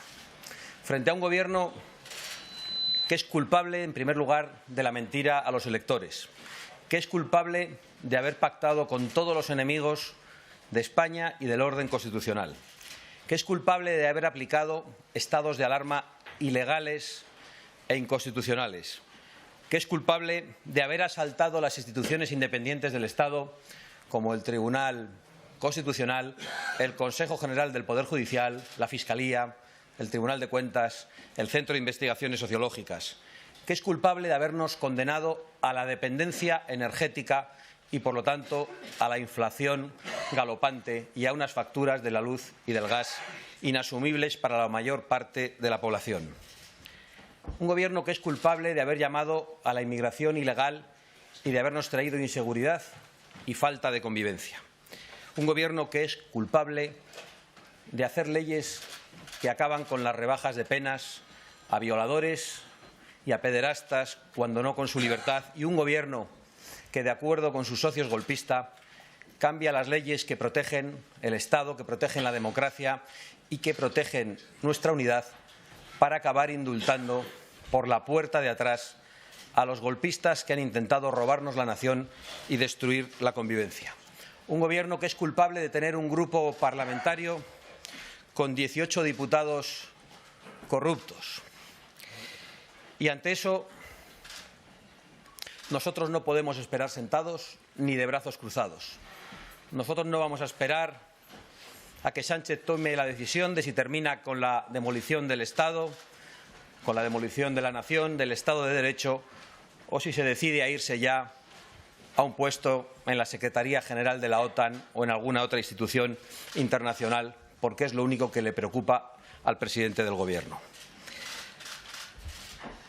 Vox lo ha intentado todo durante esta legislatura para hacer oposición al peor Gobierno de nuestra historia, con su actividad parlamentaria, convocando movilizaciones en las calles, denunciando a este Gobierno en los tribunales, presentando más de medio centenar de recursos ante el Tribunal Constitucional y, con esta de hoy, con la presentación de 2 mociones de censura contra este Gobierno. Habrá quien diga que Vox comete errores, y yo estoy de acuerdo. Estoy seguro de que Vox ha cometido muchos errores durante estos 4 años, pero nadie podrá decir que Vox ha permanecido de brazos cruzados, silbando y mirando para otro lado, mientras este Gobierno destruye la convivencia, la libertad, la democracia y la unidad nacional. Y nadie podrá decir que Vox no cumple. En diciembre hicimos un diagnóstico de la situación nacional muy severo. Hicimos un análisis de la situación política que entendíamos justificaba una nueva moción de censura. Invitamos al resto de los diputados de la oposición a participar en esa moción, incluso a liderarla. Dijimos que era conveniente buscar una persona independiente, una persona con experiencia y que se comprometiese a adelantar las elecciones para devolver la voz a los españoles. Esa era nuestra idea inicial y, después de ver la respuesta de otros diputados de la oposición y de otros partidos, nosotros hemos cumplido con nuestra palabra de presentar esta moción si el resto no lo hacían. Por lo tanto, nos dirán que cometemos errores, pero nadie dirá que no cumplimos nuestra palabra ni que estamos de brazos cruzados frente a este Gobierno. Hemos respondido a nuestra idea inicial de presentar un candidato caracterizado por su experiencia, que nadie podrá negar, por su independencia, por su compromiso para convocar elecciones el día 28 de mayo y también porque él encarna la concordia, la unión entre los españoles por encima de diferencias políticas y de partidismos, que ha sido atacada con el sectarismo de este Gobierno. Hemos de decirles también que a nosotros ya no nos sorprende que esta moción de censura esté recibiendo más ataques mediáticos y políticos que el peor Gobierno de nuestra historia. No nos sorprende que esta moción de censura, a la que Vox recurre y que es una herramienta constitucional absolutamente legítima, está siendo mucho más denostada y demonizada de lo que lo es este Gobierno culpable de tantas cosas. Uno de los argumentos en los que se insiste estos días por parte de los detractores de la moción es la de que no va a salir, la de que no hay votos suficientes. Nosotros lo que queremos es retratar al Gobierno. Y no tenemos ninguna duda de que de nuevo este Gobierno se va a retratar el día que esta moción sea debatida y votada con el apoyo de los enemigos de España, de los aliados de Putin y de Maduro, y, por cierto, de docena y media de diputados que han convertido este Congreso en un lupanar. Ese va a ser el apoyo que va a tener el Gobierno a la moción. Hay quienes dicen equivocadamente que esta moción fortalece al Gobierno. No creemos que esas compañías fortalezcan al Gobierno. Pero si les parece que se puede hacer una oposición mayor al Gobierno, mejor será que esta moción tenga el apoyo de 150 diputados en lugar del apoyo de solo 52 diputados.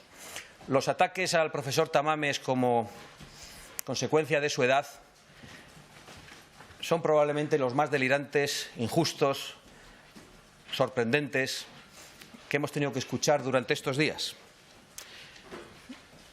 Pues ojalá sirva esta moción también para hacer un reconocimiento y un homenaje a nuestros mayores, a esos que están viendo que su herencia, que es la concordia, está siendo dilapidada, a esos que están viendo que sus valores están siendo destruidos y atacados por este Gobierno, con leyes como la ley trans, que son incapaces de comprender desde el sentido común, o con leyes que están dando con los violadores y los pederastas en libertad. Dicho lo cual, nos ponemos a su disposición para contestar las preguntas que quieran sobre esta moción de censura. Muchas gracias. Preguntas, por favor, relativas a la moción. Para otras cuestiones estamos disponibles. Por orden, Maite Lodeiro, Hola, buenos días. Ha dicho usted que no podrán reprocharles estar de brazos cruzados ni tampoco no cumplir con la palabra dada. Este fin de semana ha dicho en Zaragoza también que entiende las críticas por el momento elegido para la moción. ¿Quiere decir eso que hubo dudas sobre registrarla dentro del partido? Gracias. No ha habido ninguna duda. Decimos que entendemos las críticas, entendemos las dudas que tengan los demás.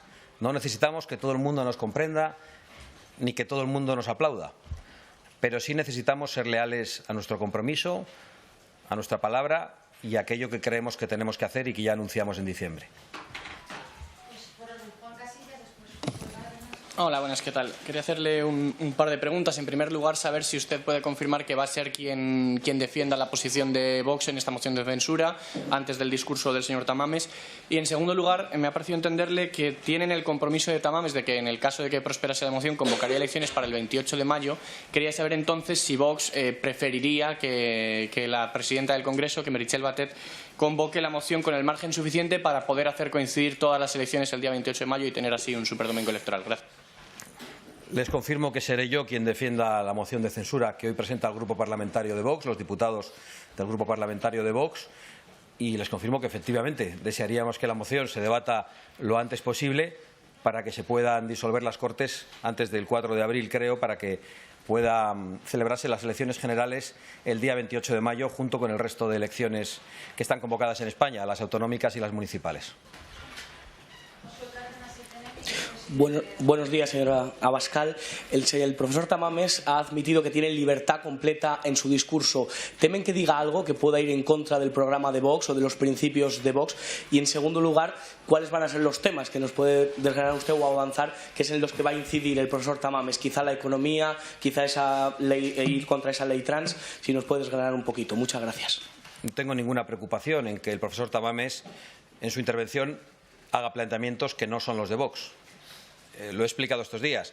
Si quisiésemos que la tribuna hubiese sido ocupada por una persona que defendiese el programa político de Vox, habría subido yo. Queríamos un independiente y, por lo tanto, nos conformamos con una coincidencia de mínimos en la necesidad de esta moción de censura y la necesidad de devolver la voz a los españoles. No hay ninguna preocupación con esas posibles discrepancias o con la independencia. La otra pregunta era porque los temas que va en los temas, como comprenderá, no voy a adelantar yo los temas que el profesor Tamames va a defender en la moción de censura.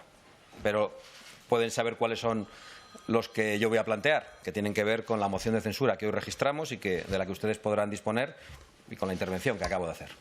Creo que ya me conocen ustedes y no suelo plantear cosas muy novedosas. Hola, buenos días. Quería preguntarle, dice que quiere que se celebre esta moción lo antes posible, pero si tendrían una fecha de preferencia que se celebre esta moción, antes de marzo, una fecha concreta en la que le gustaría a Vox que se celebrase. Y, en segundo lugar, si mañana la van a llevar la moción en mano a la mesa para que la califiquen. Gracias. Bueno, en relación con la segunda pregunta, si es posible, lo haremos, porque tenemos el deseo de que la moción se debata cuanto antes. No hemos pensado en una fecha concreta, pero sí he planteado una fecha límite que para nosotros es importante. En cualquier caso, lo que esperamos es que esta moción se trate como el resto de las mociones que han sido presentadas durante nuestro periodo democrático, que más o menos se han debatido entre los 5 días y los 30 días siguientes a la presentación de la misma. Sí, buenos días, señora Abascal. Hemos contemplado estos días como ni un solo tertuliano de ninguna cadena televisiva, ni un periodista ha apoyado la moción de censura de Vox o ha dicho siquiera que le pareciera bien. Quería preguntarle a qué cree que se debe este fenómeno nunca visto antes contra ningún partido en la historia de España. Muchas gracias. La verdad es que yo durante estos días estoy viendo con sorpresa cómo el editorial único que tanto los políticos como los medios de comunicación nacionales criticaron tanto del separatismo catalán se reproduce en España. A nosotros no nos sorprende. Se dice que la moción de Vox es un error, incluso se dice que la presentación de la moción es la muerte de Vox en directo, es el fin de Vox. Yo no sé si ustedes recuerdan que dijeron más o menos las mismas cosas los tertulianos y los articulistas con la anterior moción de censura, pero yo estoy aquí presentando la segunda.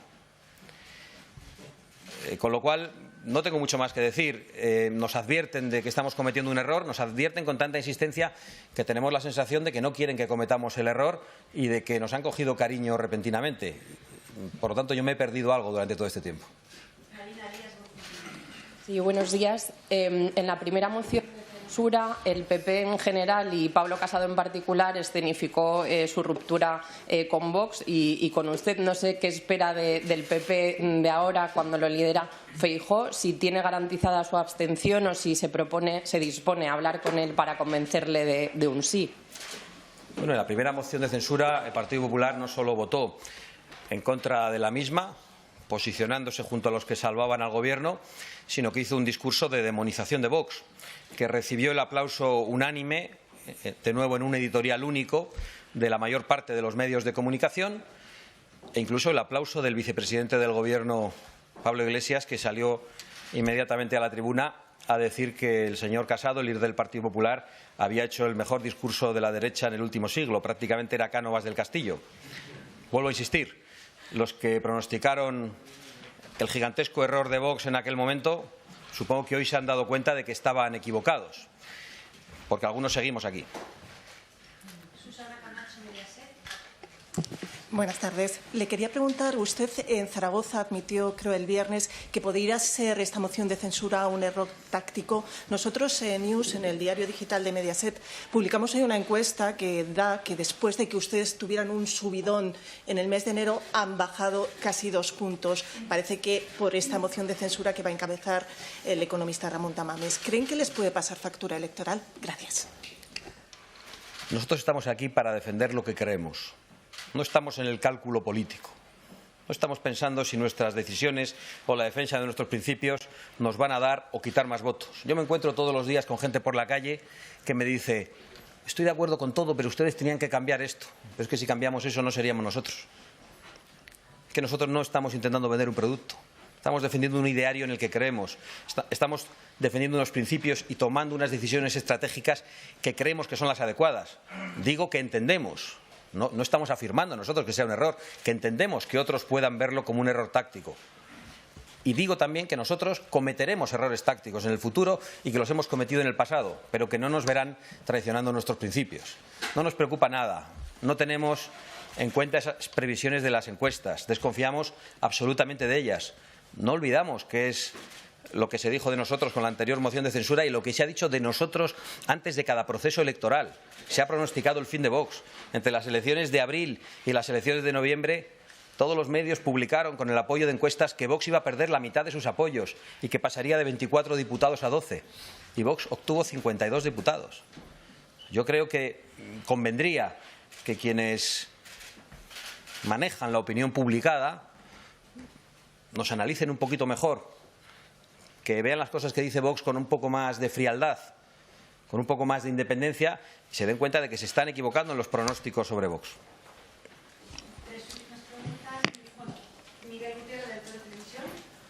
Muy buenas tardes, señora Abascal.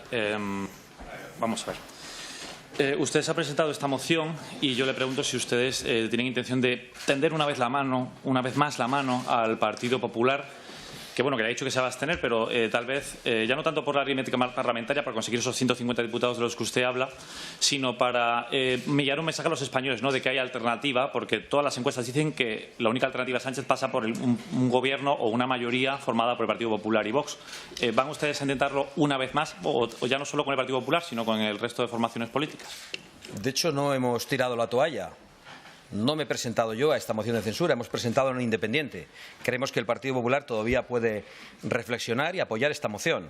Al señor Feijóo le dijimos que la encabezase él, de una manera muy gráfica, diciendo que nos daba igual lo que dijese e incluso que no nos gustase lo que dijese, que íbamos a respaldar la moción de censura si la presentaba el Partido Popular y el señor Feijóo para poner en cuestión a este Gobierno.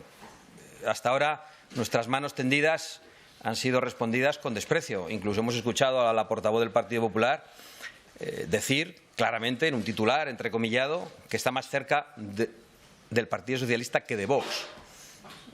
Nosotros vamos a seguir tendiendo la mano porque sabemos que hay muchos españoles que quieren una alternativa, pero no parece que el Partido Popular esté reflexionando. Nosotros creemos que el día que esta moción de censura se debata habrá una elección, o Sánchez o el profesor Tamames. Y creemos que así lo van a ver la mayor parte de los españoles. Por otra parte, no tenemos ninguna duda de que si el Partido Popular hubiese presentado como candidato al profesor Tamames, todos los medios de comunicación que hoy nos critican estarían aplaudiéndolo. Y nosotros estaríamos votando a favor sin poner ni un solo palo en la rueda.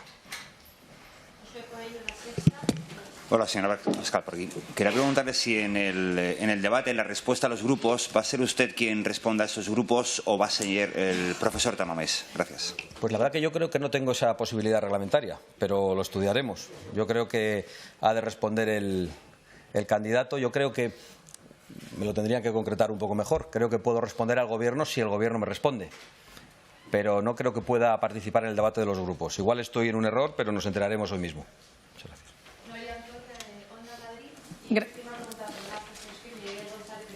Gracias. Buenas tardes. El hecho de que el señor Tamames tenga posturas diferentes a las suyas en asuntos como violencia de género, Estado autonómico, aborto, ¿quiere decir que ustedes podrían ser flexibles con esos asuntos si llegasen a gobernar? Gracias. Solo quiere decir que el señor Tamames es independiente y que tiene posturas diferentes a las nuestras en algunas cosas. No quiere decir nada más. Nosotros seremos todo lo flexibles que los españoles digan. ¿Qué quiere eso decir? Pues que si tenemos una mayoría absoluta no seremos nada flexibles. Pero si tenemos 80 diputados tendremos una flexibilidad distinta que si tenemos 40. Lo decidirán los españoles con sus votos. Nosotros estamos en la realidad política y sabemos que son los españoles los que emiten el veredicto en las urnas, los que deciden la fuerza que tiene cada grupo y en función de eso nosotros tomaremos decisiones después de las elecciones. Sí, señora Abascal. Si efectivamente se celebraran elecciones anticipadas el 28 de mayo, coincidiendo con las municipales y autonómicas, las elecciones generales se anticiparían 6 meses sobre lo previsto ahora. El hecho de haber tardado casi 3 meses desde que se anunció hasta que se ha registrado la moción, ¿no le quita argumentos a esta moción de censura? Nos habría gustado presentarla antes. Hemos dado opción a otros grupos, a la oposición. No ha sido posible y finalmente hemos decidido hacerlo nosotros en solitario, presentando a un independiente. Pero nos habría gustado hacerlo mucho antes. Pero ya presentamos una moción de censura hace 2 años. Nadie podrá decir que no lo hicimos. Muchas gracias a todos, muy amables. Buenos días.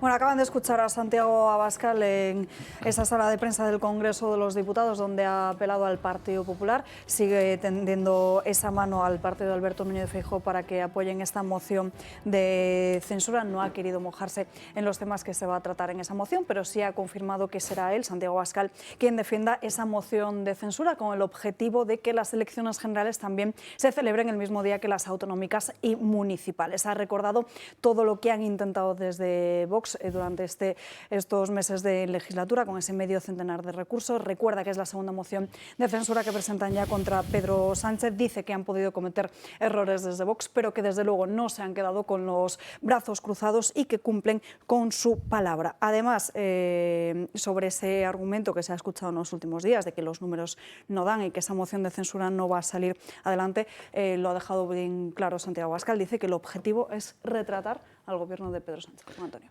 Para mí ha estado espléndido, concreto, muy transparente y muy verdadero en cuanto a su ideología y en cómo lo ha expresado.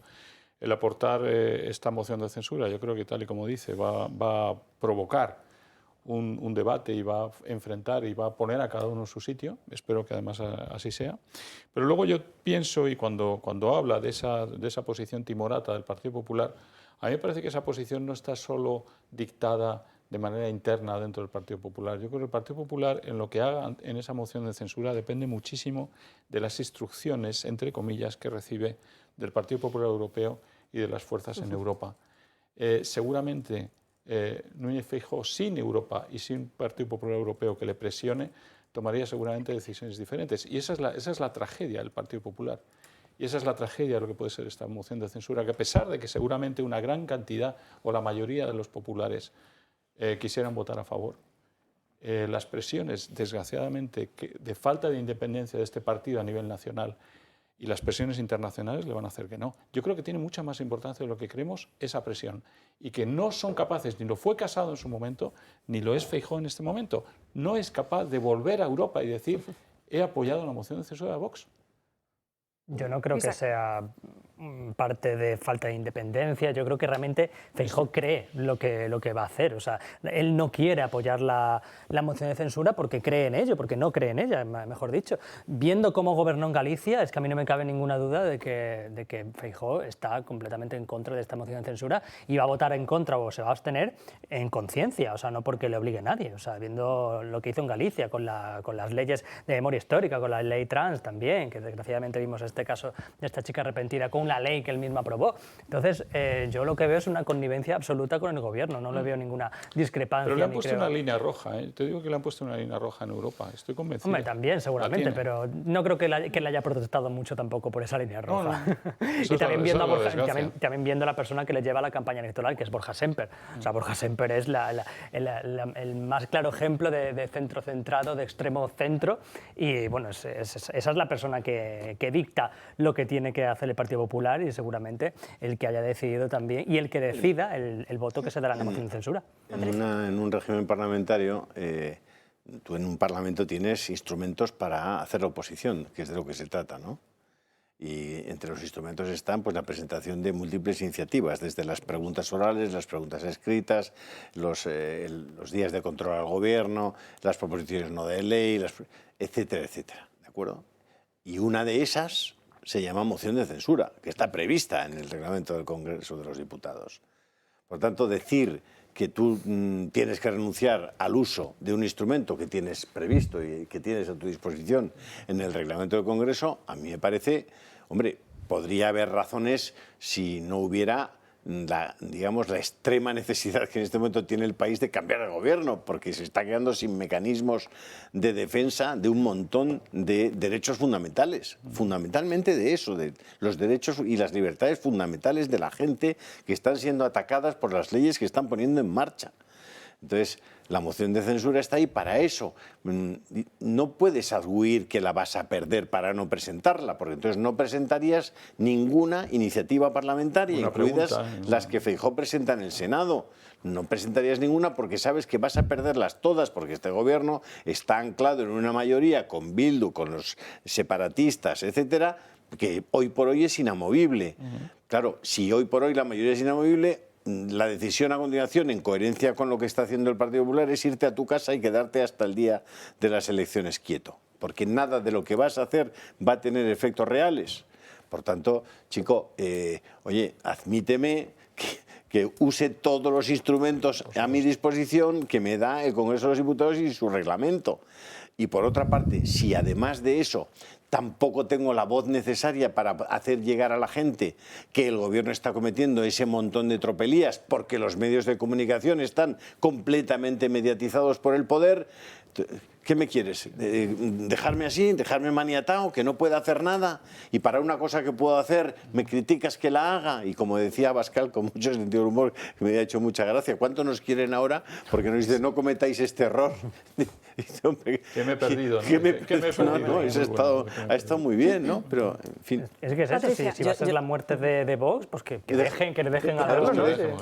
Que se suiciden. Patricia. Yo me quedo con una frase que ha dicho Abascal, ¿no? Que ha dicho que si hubiese sido el Partido Popular quien presentase a ese candidato, probablemente no hubiesen tenido la oposición ni mediática ni política que ellos han recibido. Pero no nos olvidemos que, aunque parece más edulcorado el Partido Popular de ahora, no lo es, porque cuando Pablo Casado decidió votar en contra, el único motivo, y así se lo trasladó a los más cercanos que se reunieron en aquella cafetería para decidir qué iban a hacer con la moción de Vox, lo dijo muy claro: no podemos votar a favor y por tanto votamos en contra porque no hemos sido nosotros los proponentes. Pero es que lo de ahora es peor, se les ha dado la oportunidad, y no en diciembre sino en noviembre, que fue cuando se lo propuso Abascal públicamente en una rueda de prensa en la sede nacional en Bambú. Se lo dijo, ¿no? Si lo son, incluso con Feijóo, digo, si ustedes son los que lo proponen, nosotros lo apoyamos. Y lo ha vuelto a reiterar hoy, se lo contestaba a nuestro compañero Miguel, ¿no? Si hubiese incluso Feijóo apoyado, porque al final en una moción de censura constructiva, una de las cuestiones que se debate, que probablemente no se lo digamos a Tamames, pero sí es lo habitual, se dice cuál va a ser el proyecto político en el caso de que decaiga el gobierno que está gobernando. Bueno, pues si hubiesen sido ellos, Feijóo, Partido Popular, quienes lo proponen, incluso en esas circunstancias y con un programa político probablemente muy diferente al de Vox, lo hubieran apoyado, ¿no? Entonces, claro, aquí hay una doble vara de medir que, en cuanto cambien las tornas de a qué medios de comunicación se financia y quién no, empezaremos a conocer un poquito más la verdad de las cosas, ¿no?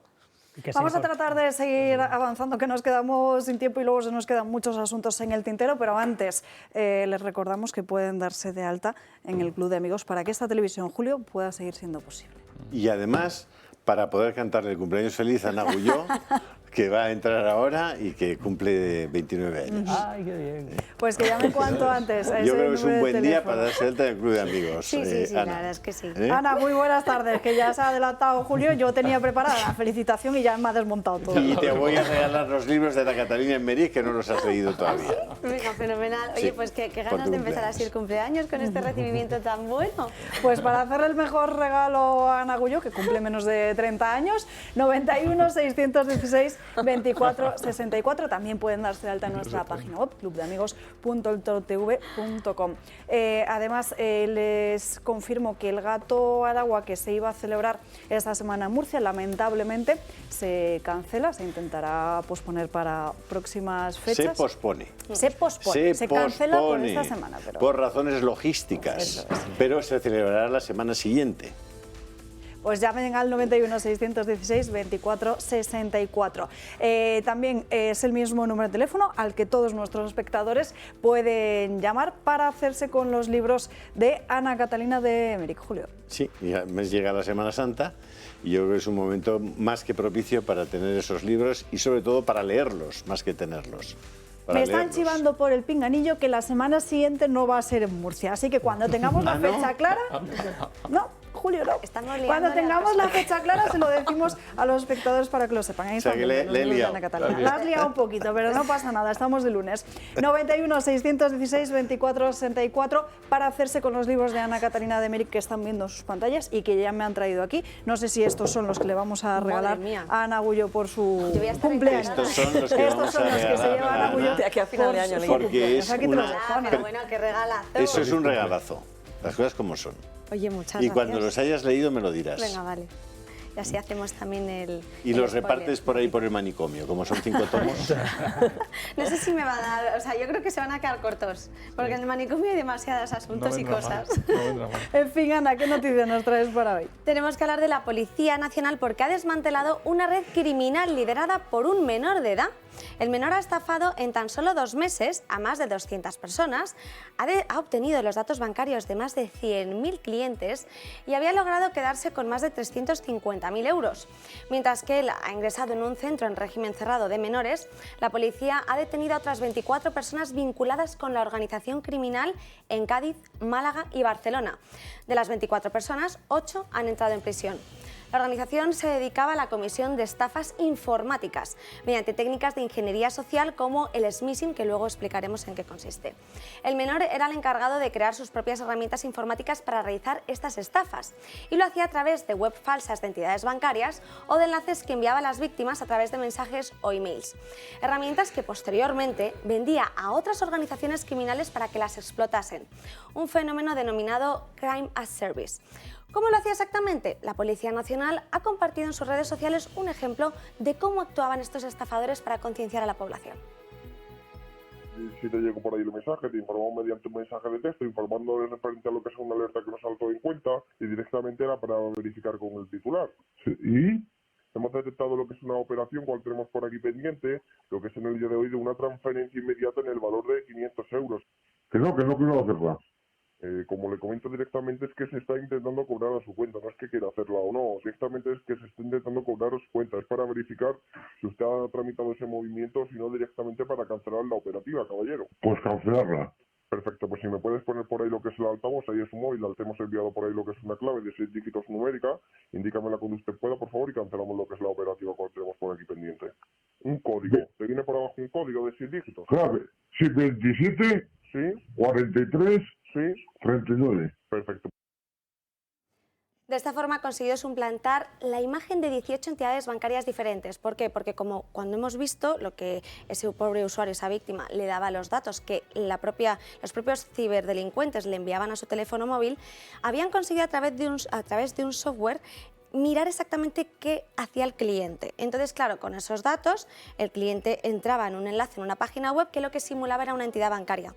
Pero muy bien hecho, o sea, hasta 18 entidades bancarias. Entonces lo que hacían ahí era volver a mandarle otros datos para que pudiera hacer también ese seguimiento y ver que evidentemente había alguien que pertenecía a esa entidad bancaria para no levantar sospechas, y una vez ya entraban y se registraban, tenían todos los datos de los clientes, podían acceder a toda la información y ahí es cuando les quitaban todo el dinero que tenían en esa cuenta corriente. Entonces, yo creo que la policía aquí ha actuado con rapidez porque el punto en común era que era el mismo patrón, habían identificado el mismo patrón de conducta, pero en diferentes zonas y puntos de España. Entonces, eso es lo que saltó las alarmas de la Unidad Central de Ciberdelincuencia, indicando, bueno, es que es el mismo patrón en estas actividades de ciberinteligencia que hasta ahora no habíamos visto, porque que haya un software mirando exactamente en tiempo real lo que hace la otra persona con el móvil del teléfono, pues es algo que no habían visto hasta ahora. Hombre, que estamos hablando de un menor de edad. Es eso. Y luego, bueno, y luego además que está tan bien hecho en cuanto a los logos y demás de los bancos, de los grandes bancos, que te aparecen los logos del gran banco y todo parece absolutamente serio, que la única recomendación es aquí no se pincha ningún enlace de nada, porque los bancos de hecho jamás te piden.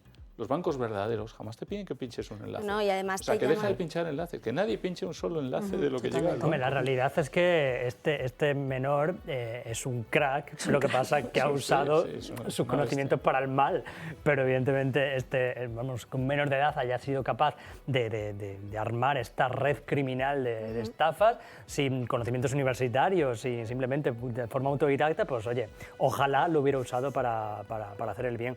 Pero es lo que tú dices, que los bancos nunca mandan mensajes con enlaces. Entonces, lo que pasa es que esta red se dirigía a personas mayores. Ese es el problema. Que no, si nos pasa a nosotros, pues evidentemente no caemos. Pero lo que pasa es que, imagínate, te llama alguien, a una persona de 70, 80 años y dice, oye, que están intentando usurpar tu cuenta y te están intentando robar 500 euros. Pues caen. ¿Y 65? No lo sabía. De 65 He dicho 70. Es decir, y sin conocimiento. Que somos gilipollas, vamos. Oye, que mis padres tienen esa edad y se manejan perfectamente. Bueno, pues 98 años. Yo lo que te digo a ti es que está muy bien lo del Bizum, lo del Internet, todo estupendo. Hay que ir al banco. Pero te despluman a la que te descuidas. Ya hay sistemas incluso que te pasan por cerca de donde llevas tu tarjeta de crédito En el y metro. ya te la copian. En el metro. En el metro, por ejemplo. Acercándolo simplemente. Lo mejor es un billetico de 20 euros en el bolsillo y con eso te compras lo que quieras. Con el móvil, yo lo llevo pagas. todo el móvil. Yo no llevo ni tarjetas físicas. Hasta que te quiten el móvil. Bueno, a ver, un iPhone es imposible de robar. Desde el Eres un creidico, Los- madre mía. Los últimos datos que tiene el Ministerio de Interior en relación a las estafas online es que han incrementado en los últimos 5 años en un 450%. 450%. Indicaban otros datos, por ejemplo, de la aseguradora ESET, que es una aseguradora especializada sobre todo en un software contra la ciberdelincuencia, que España es uno de los países en los que más ladrones de información hay. Es el segundo país después de Estados Unidos. Entonces, estos delitos ascienden al 6%, cuando en Estados Unidos la densidad de población que hay, estamos hablando del 5,9%. O sea, prácticamente se pisan los talones. Y en Japón igual, que en Japón a lo mejor no es tan grande, pero la densidad de población que tiene es infinitamente mayor a la que tenemos aquí en España. Entonces, en Japón, por ejemplo, estos delitos alcanzan el 5,8%. Entonces, dice que hay que tener cuidado porque lo que se está viendo es esa profesionalización y esa técnica de los ciberdelincuentes que cada vez es mayor. Hay que tener muchísimo cuidado cuando nos llegan mensajes y llamadas. Lo mejor es ser pobre. No te pueden quitar. pero te quitan los parrillos No que tienes tienes. nada te pueden quitar. Madre mía, Julio. En fin, Ana Ullo, muchísimas gracias por estas crónicas de Manicomio. Nos vamos rápidamente a la última pausa de publicidad. No sin antes contarles que ya hay reacción del Partido Socialista a esa moción de censura de Vox después de que Santiago Abascal, el partido de Santiago Abascal haya registrado en el Congreso de los Diputados. Dice María Jesús Montero que el Gobierno va a actuar con seriedad como se exige al ser un instrumento demócrata, que el Partido Popular tira la piedra y esconde la mano porque hace pública la abstención ante un gobierno presidido, dice, por la ultraderecha. Dice que al menos el señor Pablo Casado tuvo la dignidad de votar no a la otra moción y mientras Vox ultimaba esa moción, dice que el Ejecutivo ha seguido trabajando y protegiendo a todos los españoles. ¿Será que a lo mejor ha protegido a esos 18 diputados del Partido Socialista, de los cuales no se saben el nombre en esa trama de mordidas de Canarias? Qué Vamos a mala parar de idea publicidad tiene en ese y volvemos. comentario, ¿eh? Ahí ya.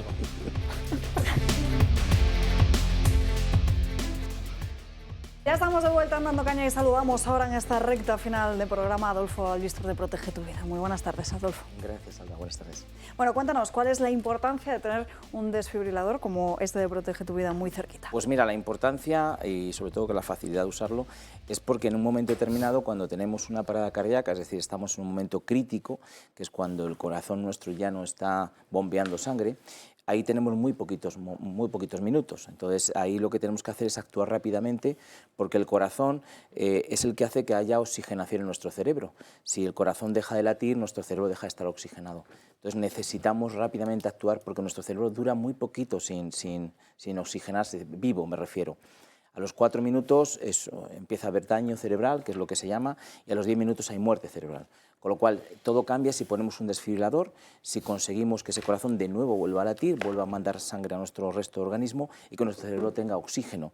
Porque ahí ya cuando vengan los servicios de emergencias, pues actúan sobre una persona que está viva, que no, en el 95% de los casos, que lo que ocurre es lo contrario, que cuando llegan ya no pueden hacer nada, ¿no? ¿Cuántas descargas, Adolfo, se dan con el desfibrilador? Pues mira, él va a ir mirando a ver cuántas hay que dar, ¿no? La primera que te da, y además va aumentando los julios, la energía, ¿no? La primera que da es de 124 julios, que digamos que es la primera que da para ver si se saca de ahí esa fibrilación que tiene, pero luego cada 2 minutos va analizando y si necesita alguna más va subiendo y la va dando. Es decir, lo bueno que tiene es que nosotros no tenemos que saber de eso nada, simplemente darle un botón y él esperar qué es lo que está haciendo. Y una cosa muy importante, que nunca puede hacer daño, es decir, él si esa persona no está en ese momento de fibrilación, nunca va a dar descarga, aunque nosotros cometiéramos el error de darle al botón para que la diera, no va a dar descarga y lo único que va a hacer es dejar registrado en un chip que lleva todo lo que ocurre en ese corazón, es decir, un electro para que cuando venga los servicios de emergencia puedan ver exactamente qué ha ocurrido ahí. ¿Y con los niños se usa igual que con los adultos? Sí, a ver, si el niño es menos de 20 kilos, se recomienda o bien tener unos electrodos que son para niños o bien distanciar un poco las pegatinas. Es decir, si un adulto se pone el derecho arriba aquí y el izquierdo aquí, en un niño lo conveniente es poner uno delante y otro detrás para distanciar un poco y que no sea tanto la corriente que le da. ¿Y el mantenimiento del desfibrilador? Pues mira, el mantenimiento prácticamente ninguno. Cada 4 años lo que tenemos que hacer es cambiar esto, que aquí van lo que son los electrodos y lo que es la batería, y nada más. Porque él además está haciendo todos los días un auto-checking, es decir, ¿qué significa esto? Que todos los días va a mirar si realmente está bien o mal. Si estuviera mal, va a avisar con ruidos, con luces, es decir, que simplemente lo que sí es muy importante, que lo tengamos saber dónde está, ¿no? Que lo tengamos siempre a mano, que si está en nuestra comunidad de vecinos sepamos en qué rellano está, si está en nuestra casa dónde está ubicado y si está en nuestro lugar de trabajo pues también dónde está para que podamos usarlo rápidamente. Pues ya solo nos queda preguntarte dónde lo conseguimos y cuáles son las ventajas que tenemos. Pues mira, tenéis un teléfono, también hay una web que está muy bien porque te podéis ver muchos vídeos, ¿no? Pero tenéis un teléfono que así si nos llamáis ahora sabemos que nos habéis llamado de Dando Caña y os vamos a hacer un 30% de descuento en el caso de que lo compréis. Es un teléfono gratuito, es 900 730 061 y estamos encantados que nos llaméis y atenderos para que verdaderamente tengáis un espacio en vuestra casa cardioprotegido. Pues que se den prisa a nuestros espectadores. Adolfo, muchísimas gracias por estar aquí con nosotros. Gracias a ti, Alba. Un placer. Gracias. Vamos a hablar de más asuntos. Nos centramos ahora en la cuestión del aborto, un informe que de hecho ha preparado Patricia Sanz. El aborto, una práctica que vulnera el derecho a la vida en España desde 1985, una realidad que, a la vez, es la gran desconocida ante la falta de información. ¿Qué edades recurren más a esta práctica? ¿Se ha incrementado su número desde su legalización? El Instituto de Política Familiar lo analiza desde hace años en profundidad. Según su último estudio de febrero de 2023, desde el 85 hasta la actualidad, las cifras no han hecho más que incrementarse, experimentando un fuerte pico en 2010. De hecho, de media, y con la excepción del año de la pandemia, desde 2005 se han superado siempre los 90.000 abortos al año. Una cifra aún más escalofriante si vamos al detalle. Se produce un aborto casi cada 6 minutos, 247 cada día y 10 cada hora, siendo los jóvenes de entre 20 y 24 años donde más se concentra su práctica. Si nos comparamos con el entorno europeo, sin contar con Reino Unido, desde 2018 ocupamos el tercer lugar en el podio, tan solo detrás de Francia y Alemania, países con cifras de población de hasta el doble que la española. Y entrando de lleno en nuestra nación, ¿dónde se practican menos y más abortos? No hay un patrón claro, pero lo cierto es que en 2021 la Comunidad Valenciana tuvo más de 8.000 abortos y en el podio se sitúan de menos a más Madrid, Andalucía y Cataluña, con respectivamente más de 15.000, 17.000 y casi 19.000 abortos al año. Desde 1985 hasta el pasado 2019, la cifra es escalofriante. Se han practicado más de 2.600.000 abortos en España. Solo en 2021, más del 21% de los embarazos terminaron en aborto, es decir, más de una quinta parte. Aumenta entre las más jóvenes, pues 3 de cada 5 mujeres menores de 20 años que se quedan embarazadas abortan. Y entre las menores de 15, la cifra se disparó hasta el 81% de los embarazos. Además, el aborto es un terrible desenlace del embarazo que afecta más a las mujeres inmigrantes que a las españolas. Y aunque tener pareja o hijos no es significativo en que el aborto se produzca más o menos, sí que se practican más entre las mujeres con un menor nivel de estudios. El aborto movió más de 60 millones de euros al año entre los 210 centros abortivos que a 2021 existían en España, realizándose 5 de cada 6 abortos en centros privados. Un negocio que situó al aborto en dicho año como tercera causa de muerte de las mujeres en España, tan solo detrás de las enfermedades circulatorias y el cáncer. Y es que hay que recordar que el aborto ha sido una realidad apoyada por gobiernos de todos los colores. Felipe González lo legalizó, José María Aznar lo consolidó e introdujo la píldora del día de después con receta, una receta que José Luis Rodríguez Zapatero quitó, además de aprobar el aborto libre. Y aunque con Mariano Rajoy se hizo un pequeño retoque a la ley, con Pedro Sánchez y sus socios comunistas, el aborto se ha liberalizado por completo, pudiendo las mayores de 16 años practicárselo sin consentimiento paterno, además de perseguir a los objetores de este derecho que atenta contra la vida, porque para la izquierda...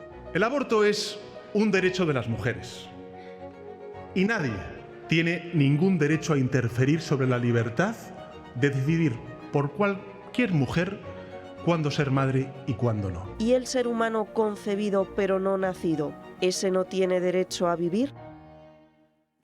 Pues esos son los datos. Es tremendo. 90.000 abortos al año de media en los últimos años es una tragedia humana. También hay que pensar lo que hubieran representado esos niños en el tiempo para España. No olvidemos que que está evaluado por el Banco Mundial lo que aporta una persona a lo largo de su vida, ¿no?, a un país. Y podemos estar hablando del 10-20% del PIB. Estamos hablando casi de un estadio Santiago Bernabéu lleno cada año de posibles personas que llegan a España para ser españoles y contribuir a la riqueza y al futuro de este país, ¿no? O sea que es una cosa tremenda. Y luego la tercera comentario que haría es que no soñemos. Feijóo lo va a mantener tal cual. Hombre, pues ya no tengo la menor duda de que no hay nada que hacer. Y que la gente sea los que defienden la vida y todos aquellos que defienden la lucha y que van en la lucha contra el aborto, que sepan muy bien que el Partido Popular, diga lo que diga, no va a hacer y no va a mover un dedo en este campo, a pesar de haber presentado aquella famosa esta ante el Constitucional y luego no haberla seguido, ¿no? Y eso, pero que lo sepan los electores. O sea, aquí hay que saber posicionarse. ¿Estás por la vida o estás contra la vida? ¿Estás por la muerte? ¿Estás por la eutanasia? Y por todo lo que el socialcomunismo nos ha traído. Los datos son terroríficos, ¿no? Yo cuando estuve analizando el informe, bueno, más allá de ver los miles de asesinatos, porque para los que creemos en la biología, eso es matar seres humanos, ¿no? No hay ninguna diferencia entre que estén dentro o fuera del vientre materno. Pero más allá de esos terribles asesinatos que se producen año a año, te llama la atención cómo, una vez más, el aborto, las clínicas privadas, por los datos que se detraen de este instituto desde 1985, pues al final se convierte casi en un derecho el aborto de las mujeres que tienen una mejor situación económica, ¿no? Esos 60 millones de euros que han recibido a fecha de 2019 los 210 centros privados no son personas derivadas de la sanidad pública, son mujeres que disponen de mayores medios y que van a abortar ahí. Y otra cuestión también muy importante es que las que más abortan son las mujeres inmigrantes y las que menor nivel de estudios tienen, ¿no? Por tanto, se produce de nuevo otra brecha más en cuestión tanto de origen como de condición socioeconómica de la mujer, ¿no? Que tiene que recurrir a esta terrible práctica. Pues es que al final es un negocio. Sé que a mí no me extrañaba para nada ese dato que has dado de que la mayoría de mujeres abortan en clínicas privadas, porque es lo que hace siempre el gobierno y los socialistas, que es favorecer a los lobbies, en este caso los lobbies de las farmacéuticas, y pasa exactamente lo mismo con la ley trans, o sea, bueno, con las leyes trans de todo el mundo. La mayor parte de los médicos de la Seguridad Social no quieren realizar abortos. Claro, en las privadas sí, evidentemente, y esto se deriva a la privada y se llevan todos los millones, que repito, que es lo mismo que pasa con las leyes trans, toda la industria farmacéutica que hay detrás de la hormonación de menores y de no menores, pues todo esto evidentemente está financiado por las farmacéuticas. Y respecto a lo del PP, que no va a derogar la ley del aborto, hombre, a ver, ya lo ha dicho, que ellos están de acuerdo con la ley de plazos. Es más, yo recuerdo cuando el gobierno prohibió en las clínicas que se pudiera rezar en las clínicas privadas, el PP no recurrió esa ley al Constitucional, Vox sí, pero el PP no, simplemente se puso de espaldas y decidió no recurrirlo. Y otra cosa que ha dicho Sánchez, que es un tema muy recurrente, al que recurren siempre todos los defensores de esto, es que nadie puede imponer a una mujer cuándo ser madre. No, si nadie está imponiendo cuándo ser madre. Es que, vamos a ver, es que aquí yo creo que la gente piensa que igual aparece el niño por generación espontánea dentro de la madre. Yo creo que todo el mundo sabe lo que hay que hacer para crear un niño, ¿no? Entonces, ahí es cuando la madre está decidiendo cuándo crea una vida o cuándo no crea una vida. Entonces, yo creo que decidir cuándo una mujer quiere ser madre, hombre, yo creo que lo que se está haciendo es darle el poder a la mujer cuando dejar de ser madre. Ese es el poder que se está dando a la mujer. No para matar a su hijo.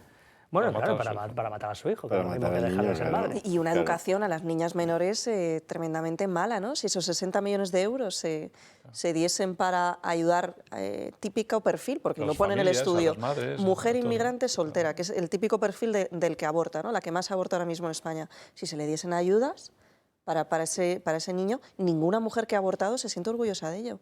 Ninguna. Dos últimas cuestiones en página internacional que quiero contarles antes de que se nos acabe el tiempo. La primera de ellas, la guerra abierta en el gobierno por el conflicto de Ucrania. Marian Vallejo. Así es, Alba. Si algo nos está dejando la invasión de Ucrania, además de las graves consecuencias, son los enfrentamientos entre el gobierno. Ahora los protagonistas son la ministra de Derechos Sociales y Agenda 2030, Yone Belarra, y el Asuntos Exteriores, José Manuel Álvarez. Y es que Belarra ha agitado de nuevo la polémica de un posible envío de tropas españolas a Ucrania. Primero nos dijeron que no íbamos a mandar nunca material ofensivo. Después nos dijeron que sí, que había que mandar misiles antiaéreos. Después que íbamos a mandar tanques. Ahora que tenemos que mandar también cazas. ¿Qué es lo siguiente? Soldados españoles en Ucrania. Yo creo que es evidente que haber contribuido a la escalada bélica ha sido un error y que tenemos que poner todos nuestros esfuerzos, todas nuestras ganas en abrir una negociación avalada por organismos internacionales que logre un alto al fuego. Según la ministra, podríamos estar mucho más cerca de ese segundo escenario de lo que los españoles a pie piensan. Sin embargo, tales afirmaciones ya han sido desmentidas por el ministro de Asuntos Exteriores.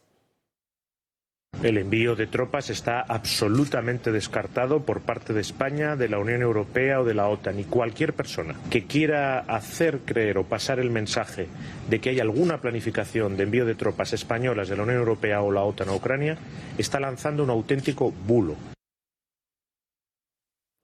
Unas declaraciones que llaman bastante la atención, ya que al analizarlas nos damos cuenta de que una parte del Gobierno está acusando de mentir a la otra parte del Ejecutivo. Y es que los enfrentamientos entre PSOE y Podemos por la invasión de Ucrania no dejan de aumentar. Gracias, Marién. Y nos vamos ahora con Gabriel Serrano, porque en El Salvador se ha producido ya este fin de semana ese traslado de más de 2.000 pandilleros a una nueva megacárcel. Gaby. Así es, Alba. El presidente de El Salvador, Nayib Bukele, continúa con su lucha contra el crimen organizado. El país que preside tiene la mayor tasa de población carcelaria del mundo y hace apenas un mes inauguró una megacárcel diseñada para encerrar a 40.000 presos que estarán incomunicados del mundo exterior, según dijo él, ya que uno de los graves problemas de las bandas es que siguen siendo controladas desde la cárcel. El complejo es custodiado por más de 600 efectivos de las Fuerzas Armadas y 250 de la Policía Nacional Civil, según datos entregados por el gobierno. Pues los 2.000 primeros pandilleros ya han sido trasladados a la cárcel que se encuentra a 75 kilómetros de la capital.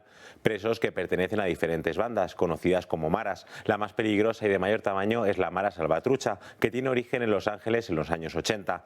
El régimen estricto que se pretende seguir contra los pandilleros en la cárcel y la guerra contra el crimen en las calles, como lo llama Bukele, está siendo criticado por organizaciones en defensa de los derechos humanos. Y el presidente, en tono de ironía, declaró que tiene razón, que pobrecitos los criminales, cómo se les está violando los derechos. Pero esas organizaciones no dijeron nada, Alba, cuando esos criminales quitaron la vida a los salvadoreños. Gracias, Gabriel. Nos quedan apenas 2 minutos. Esas imágenes, además, las ha publicado Julio este fin de semana en su canal de Telegram. Las tenéis en Telegram, como tenéis un montón de artículos realmente interesantes. Hay algunos temas hoy muy chulos. Los últimos dos que tenéis a vuestra disposición, que los he estado viendo ahora mismo, es cómo ATT y DirecTV han bloqueado Newsmax, que es un canal competidor de Fox News en Estados Unidos, que es un canal conservador, y pues han cogido y han dicho, lo suprimimos. Ya no son solo las redes sociales, sino que si tú tienes un canal de televisión que no le gusta a quien tiene la plataforma para llevar ese canal a la casa de las gentes, te lo cierran y te lo bloquean, como hicieron con OAN, que también lo cerraron, y que es, bueno, resulta realmente preocupante. Hay una reivindicación de Telefónica. Payete el presidente de Telefónica está en el Congreso de Móvil en Barcelona y dice, no, hombre, ya está bien de que nuestras redes, que nos cuestan un dineral, sean utilizadas por Netflix, por Google y por todos los, digamos, los operadores extranjeros que se llevan todo el beneficio fuera de España. Es verdad.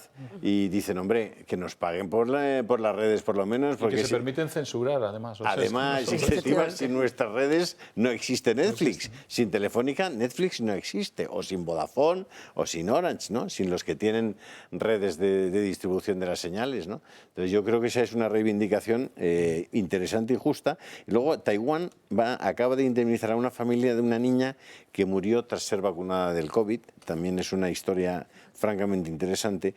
Y luego un artículo de Joseph Ratzinger de hace algunos años diciendo por qué valía la pena, a pesar de todo, seguir formando parte de la Iglesia Católica. Pues hasta aquí hemos llegado por hoy, ya lo saben. Sigan a Julio en su canal de Telegram, Julio Arizal Torres. Les veo mañana aquí a las 12 en Dando Caña. Que tengan un feliz lunes.